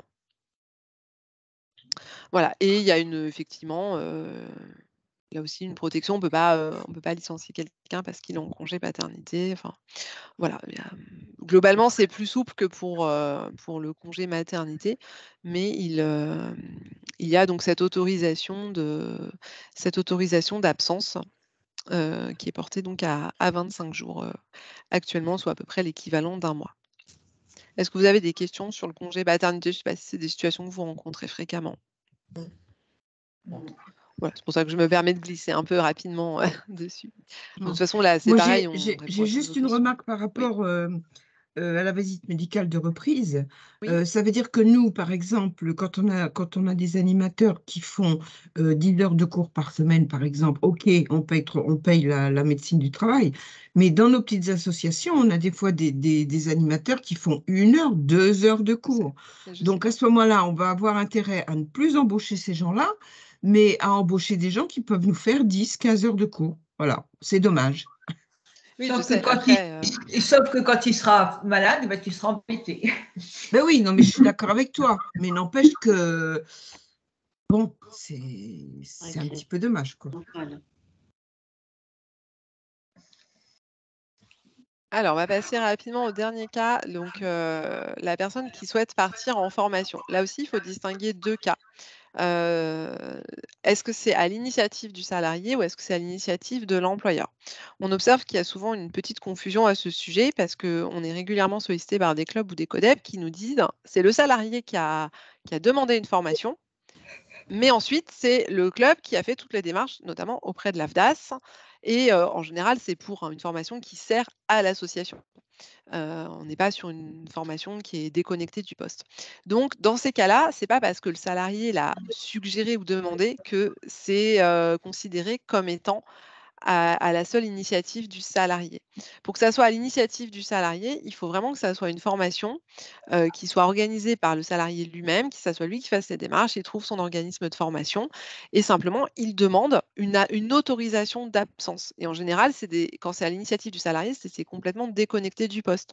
Je vais vous donner un exemple je sais pas, il veut se former sur de la poterie, bon, bah, OK, ça n'a pas d'intérêt particulier pour le poste. En revanche, développer, voilà, faire une formation pour, améliorer, les postures respiratoires, et si c'est organisé par l'employeur ensuite, là, ça devient une formation organisée à l'initiative de l'employeur et la nuance, elle est de taille parce que ça conditionne, en fait, le maintien de l'autorisation d'absence d'une part, mais surtout le maintien ou non de salaire et c'est souvent là-dessus qu'on est sollicité parce que le cas typique, ça va être, donc un club ou un CODEP qui nous appelle en disant: «Bah, c'est le salarié qui a suggéré, en cours d'un entretien, il a dit: "Tiens, j'ai vu qu'il y avait une formation organisée par tel collège, j'irais bien"». L'association a dit: «Ah bah oui, c'est une bonne idée». C'est elle qui fait les démarches, auprès de l'AFDAS, qui autorise, qui s'organise même pour qu'il y ait pas de cours pendant ce temps-là ou qui trouve un remplaçant et ensuite, on me dit: «Ah bah oui, mais il y a le salarié, maintenant il veut être payé». Pendant à minima les heures de cours qu'il a ratées, voire même pendant toute la durée de la formation et normalement, il est dans son droit. À minima sur la durée sur le temps habituel de travail. Bah, en fait, effectivement, comme c'est considéré comme étant à l'initiative de l'employeur, donc servant les intérêts de l'association, aussi des compétences du salarié, mais quand même servant les intérêts de l'association, normalement, le maintien de salaire s'applique. Il doit être rémunéré pendant le temps et lieu de travail. Pardon, le temps de travail. Effectif. Le temps de travail effectif. Le temps de travail effectif. Après, la situation qui peut se poser, qui est plus embarrassante, c'est une association qui accepte que le salarié parte en formation, qui fait toutes les démarches auprès de l'AFDAS, donc qui, pour l'AFDAS, est considéré comme étant l'organisateur de la formation, et sur une formation qui ne va pas durer les 2 heures de cours habituelles, mais qui va durer, mettons, 3 jours. Pendant ces 3 jours, le salarié, lui, il ne travaille pas ailleurs. Il n'est pas libre de vaquer à ses occupations personnelles. Or, le temps effectif de travail se définit notamment comme le fait de ne pas pouvoir vaquer à ses occupations. Logiquement, c'est assimilable à du temps de travail effectif et donc il faut maintenir un salaire intégral. Et c'est là où on incite les associations à être très vigilantes là-dessus. C'est pas parce qu'un salarié vous dit j'aimerais bien faire une formation qu'il faut accepter ou que si le salarié vous dit ah ben ce serait super que ça soit vous qui fassiez les démarches auprès de l'AFDAS, c'est plus pratique, c'est mieux pris en charge, etc. Bah, vous risquez de vous retrouver dans la situation où vous n'avez pas forcément anticipé qu'il allait falloir à minima le rémunérer pendant les cours manqués, mais potentiellement pendant les 2-3 jours de cours. Voire même, on a eu des cas où il y avait un hébergement qui était prévu. Bon, voilà. Oui. Ça veut dire, excuse-moi, ça veut dire que s'il travaille 1 heure, par exemple, parce que il travaille le lundi et il est en formation lundi, mardi, mercredi, on va être obligé de le payer 3 jours alors qu'il travaille 1 heure? Oui, parce que le temps de formation peut être considéré comme du temps de travail effectif. Et donc, c'est pour ça qu'il faut être prudent, parce que vous n'êtes pas obligé, en résumé, pour le dire un peu crûment, de dire oui à tout. C'est-à-dire que si le salarié vous dit « moi, j'aimerais bien aller en formation », mais que vous estimez que l'association n'est pas forcément concernée ou qu'il est suffisamment formé comme tel, en tout cas, vous avez la possibilité déjà de réfléchir, de voir si financièrement vous pouvez vous le permettre et d'être vigilant sur le coût réel de la formation. Parce qu'ensuite, le salarié peut vous dire bah oui, mais moi, pendant ces 3 jours, j'ai rien fait d'autre. Et au final, ça sert mon poste. Et en plus, sur le papier, c'est vous, association, qui êtes l'organisateur, le demandeur de la formation. Peu importe, encore une fois, qu'il l'ait suggéré au cours d'un entretien informel ou au cours d'une réunion. Voilà, donc il faut être vigilant en termes de ressources financières, aussi d'égalité, c'est-à-dire que si c'est toujours les mêmes qui demandent et qui obtiennent parce qu'ils pensent à le demander et que le jour où il y a un salarié qui a vraiment besoin d'une formation, on lui dit: «Ah bah oui, désolé, là, on n'a plus les fonds». Bon, voilà, ça s'anticipe, ça se réfléchit. C'est pour ça qu'on parle de plan de développement des compétences. Ouais. Mais même même si ça se réfléchit, je veux dire, la demande à l'AFDAS, ça passe par l'association, ça passe pas par le C'est ça. salarié tout seul. Donc, Exactement. automatiquement, on est en ce moment. Voilà. Tu peux à l'origine. C'est ça. Vous avez quand même la possibilité de refuser ou en tout cas de prendre le temps de la réflexion, d'en parler en bureau et de voir, dans quelle situation ça peut vous mettre. Parce que oui, normalement ensuite à partir du moment où vous faites les démarches, c'est considéré comme étant à l'initiative de l'employeur. Donc rémunération, maintien d'une rémunération et y compris si ça excède son temps de travail habituel. On retrouve encore une fois ce que je disais tout à l'heure, le sujet que la formation à la base, c'est pensé pour du CDI à 35 heures. Moi, je suis salariée de la fédération, si demain on me dit bah pendant 2 jours, tu vas aller te former sur, je sais pas, un nouveau logiciel de bureautique, Excel, bah, je ne vais pas le prendre sur mon temps personnel. J'y vais bien à la demande de l'employeur. Donc il n'y a aucune raison que je sois privée de salaire. Mais moi, c'est normal parce que je suis à 35 heures, donc la question, elle se pose pour personne en fait. Bah oui, Voilà. c'est complètement différent. Et Voilà. Et si le stage n'est pas à la demande de l'employeur, mais à la demande de l'employé? Alors, c'est pour ça qu'il faut distinguer à la demande, qu'est-ce que ça veut dire? Si c'est une suggestion, mais que c'est accepté par l'employeur et qu'ensuite c'est lui qui fait les démarches auprès de l'AFDAS, il devient le demandeur de la formation.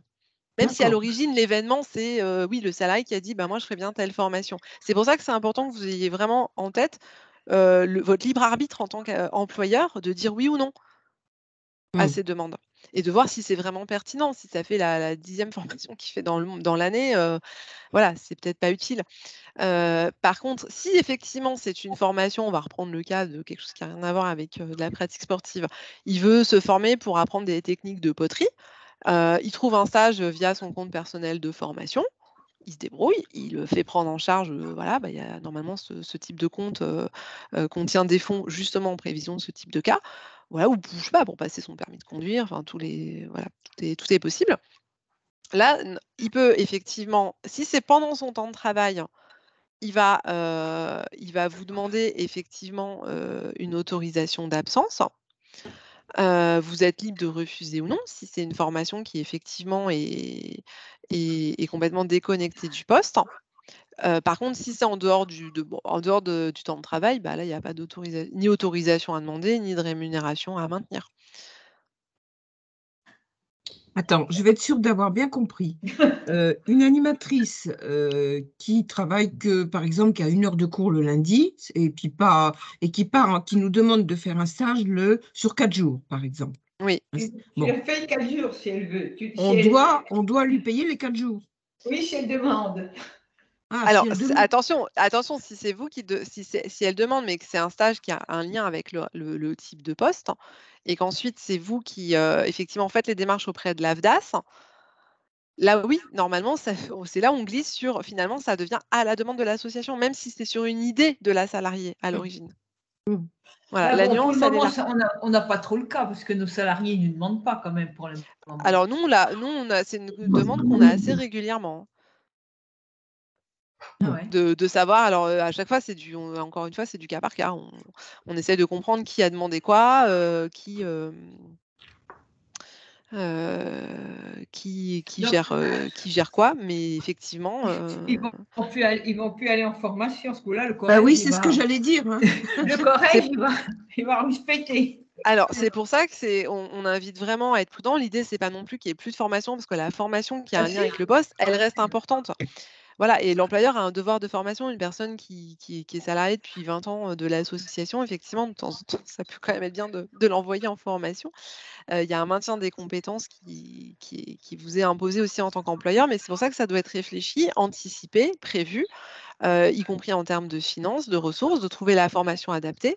Mais l'idée, c'est pas d'accepter tout ce que le salarié demande. Mais parfois, en toute bonne foi, hein, le salarié se dit pas nécessairement: «Tiens, ça va être une manière de me faire de l'argent», surtout s'il s'absente de son autre, d'un autre employeur, qui lui ne le paiera pas. Enfin, vous voyez, ça peut donner lieu à des situations un petit peu compliquées. Et on est en droit de dire à notre salarié, par exemple, tu travailles le lundi, on te paiera ton cours du lundi, mais pas les 3 autres jours. Ben, Ça, ça on est en dépend. droit de Alors le ça dire ou dépend pas? si c'est justement si c'est un stage, qui a vraiment qui a un lien avec le poste, avec la pratique, et que vous acceptez non seulement vous acceptez la demande, mais qu'en plus vous faites les démarches auprès de l'AFDAS, ça devient un stage organisé à l'initiative de l'employeur. Donc s'il part 3 jours en formation, logiquement, il doit être payé 3 jours. C'est pour ça qu'il faut être vigilant. Parce que le Oui, coût oui. habituel du salaire, c'est mettons, sur un salaire, qui est à 1 heure ou 2 par semaine, effectivement, quand ça passe sur 3 jours, là, on explose les compteurs. Ah oui, c'est pas possible même. Bah, c'est même pas Voilà. possible. Donc d'où aussi l'importance de trouver une formation vraiment adaptée, voilà, est-ce qu'on a besoin d'une formation de 3 jours? Est-ce qu'une journée, ça suffit pas? Enfin, voilà, c'est vraiment à réfléchir à chaque fois. Entre C'est vous ça et qui la médecine du travail, les associations, elles vont crouler, hein, franchement. Mais Martine, pour le moment, nos salariés à la campagne, ils ne demandent pas, ils ne savent pas encore. Alors, Oui. Oui, c'est pour ça on invite vraiment à se taire, à ne à être rien nuancé dire. là-dessus et à pas tout accepter, juste parce que le salarié demande ou dit: «J'en ai absolument besoin». La formation, ça fait partie intégrante de la relation de travail, pas du contrat, mais de la relation de travail. Voilà, et ça doit être pensé comme tel, y compris en termes de coûts pour l'association. Après, il y a justement parfois des prises en charge ou des aides, voilà, qui peuvent être trouvées, mais c'est pour ça que ça ne doit pas s'accepter comme ça de manière, Mais la disons, DAF, enfin. elle prend peut-être en charge le salaire de. Non, la DAF ne prend pas en charge le Non. salaire. Non, elle prend en charge le coût, parce qu'il y a aussi le coût lui-même du stage, le coût de la Bah oui. Elle formation. prend en charge le coût pédagogique, ça c'est sûr. Voilà. Elle prend le coût pédagogique et maintenant elle ne prend les déplacements hôtels, etc., que pour les dossiers ACO, c'est-à-dire les dossiers. Oui, comme demande collective. Voilà, les demandes collectives, mais on a reçu un mail là-dessus de l'AFDAS. Pour les autres stages de formation diplômant, ils ne prennent plus en charge. Voilà, Demande à Julie, elle va vous te pouvez avoir l'envoyer le le papier. sujet, effectivement, de l'hébergement et des coûts de transport. On a déjà vu aussi des questions là-dessus. Ouais, Donc l'addition peut assez vite monter, donc il oh faut se bah, poser c'est la question sûr. de la pertinence de est-ce que cette formation est vraiment adaptée, appropriée et nécessaire? Mm. Voilà. L'idée, c'est pas non plus de décourager complètement la formation parce que ça reste important, mais c'est vraiment quelque chose qui doit se réfléchir collectivement et de manière anticipée. Ouais. Ok. Voilà. Bon, il est 19h45. Voilà, on a fini. Là, c'était uniquement les sources, voilà, les sites qu'on vous indiquera. Merci à Pauline d'être intervenue. Avec plaisir. Il y a une question là qui a été demandée. Je suppose que tu vas envoyer tout ton PowerPoint, etc. à Emmanuel. Oui, tout à fait. Et je mettrai les fiches, les principales fiches des sujets qu'on a évoqués. Et Emmanuel ou Julie, la secrétaire, renverra ça aux stagiaires. Voilà. Par contre, moi, je n'ai pas noté les gens qui étaient là ou pas là. Parce qu'il y a des gens qui étaient... C'est pas grave, Martine. On les enverra à tout le monde. Oui, il enverra même ceux qui, enfin, aux inscrits, peut-être même à.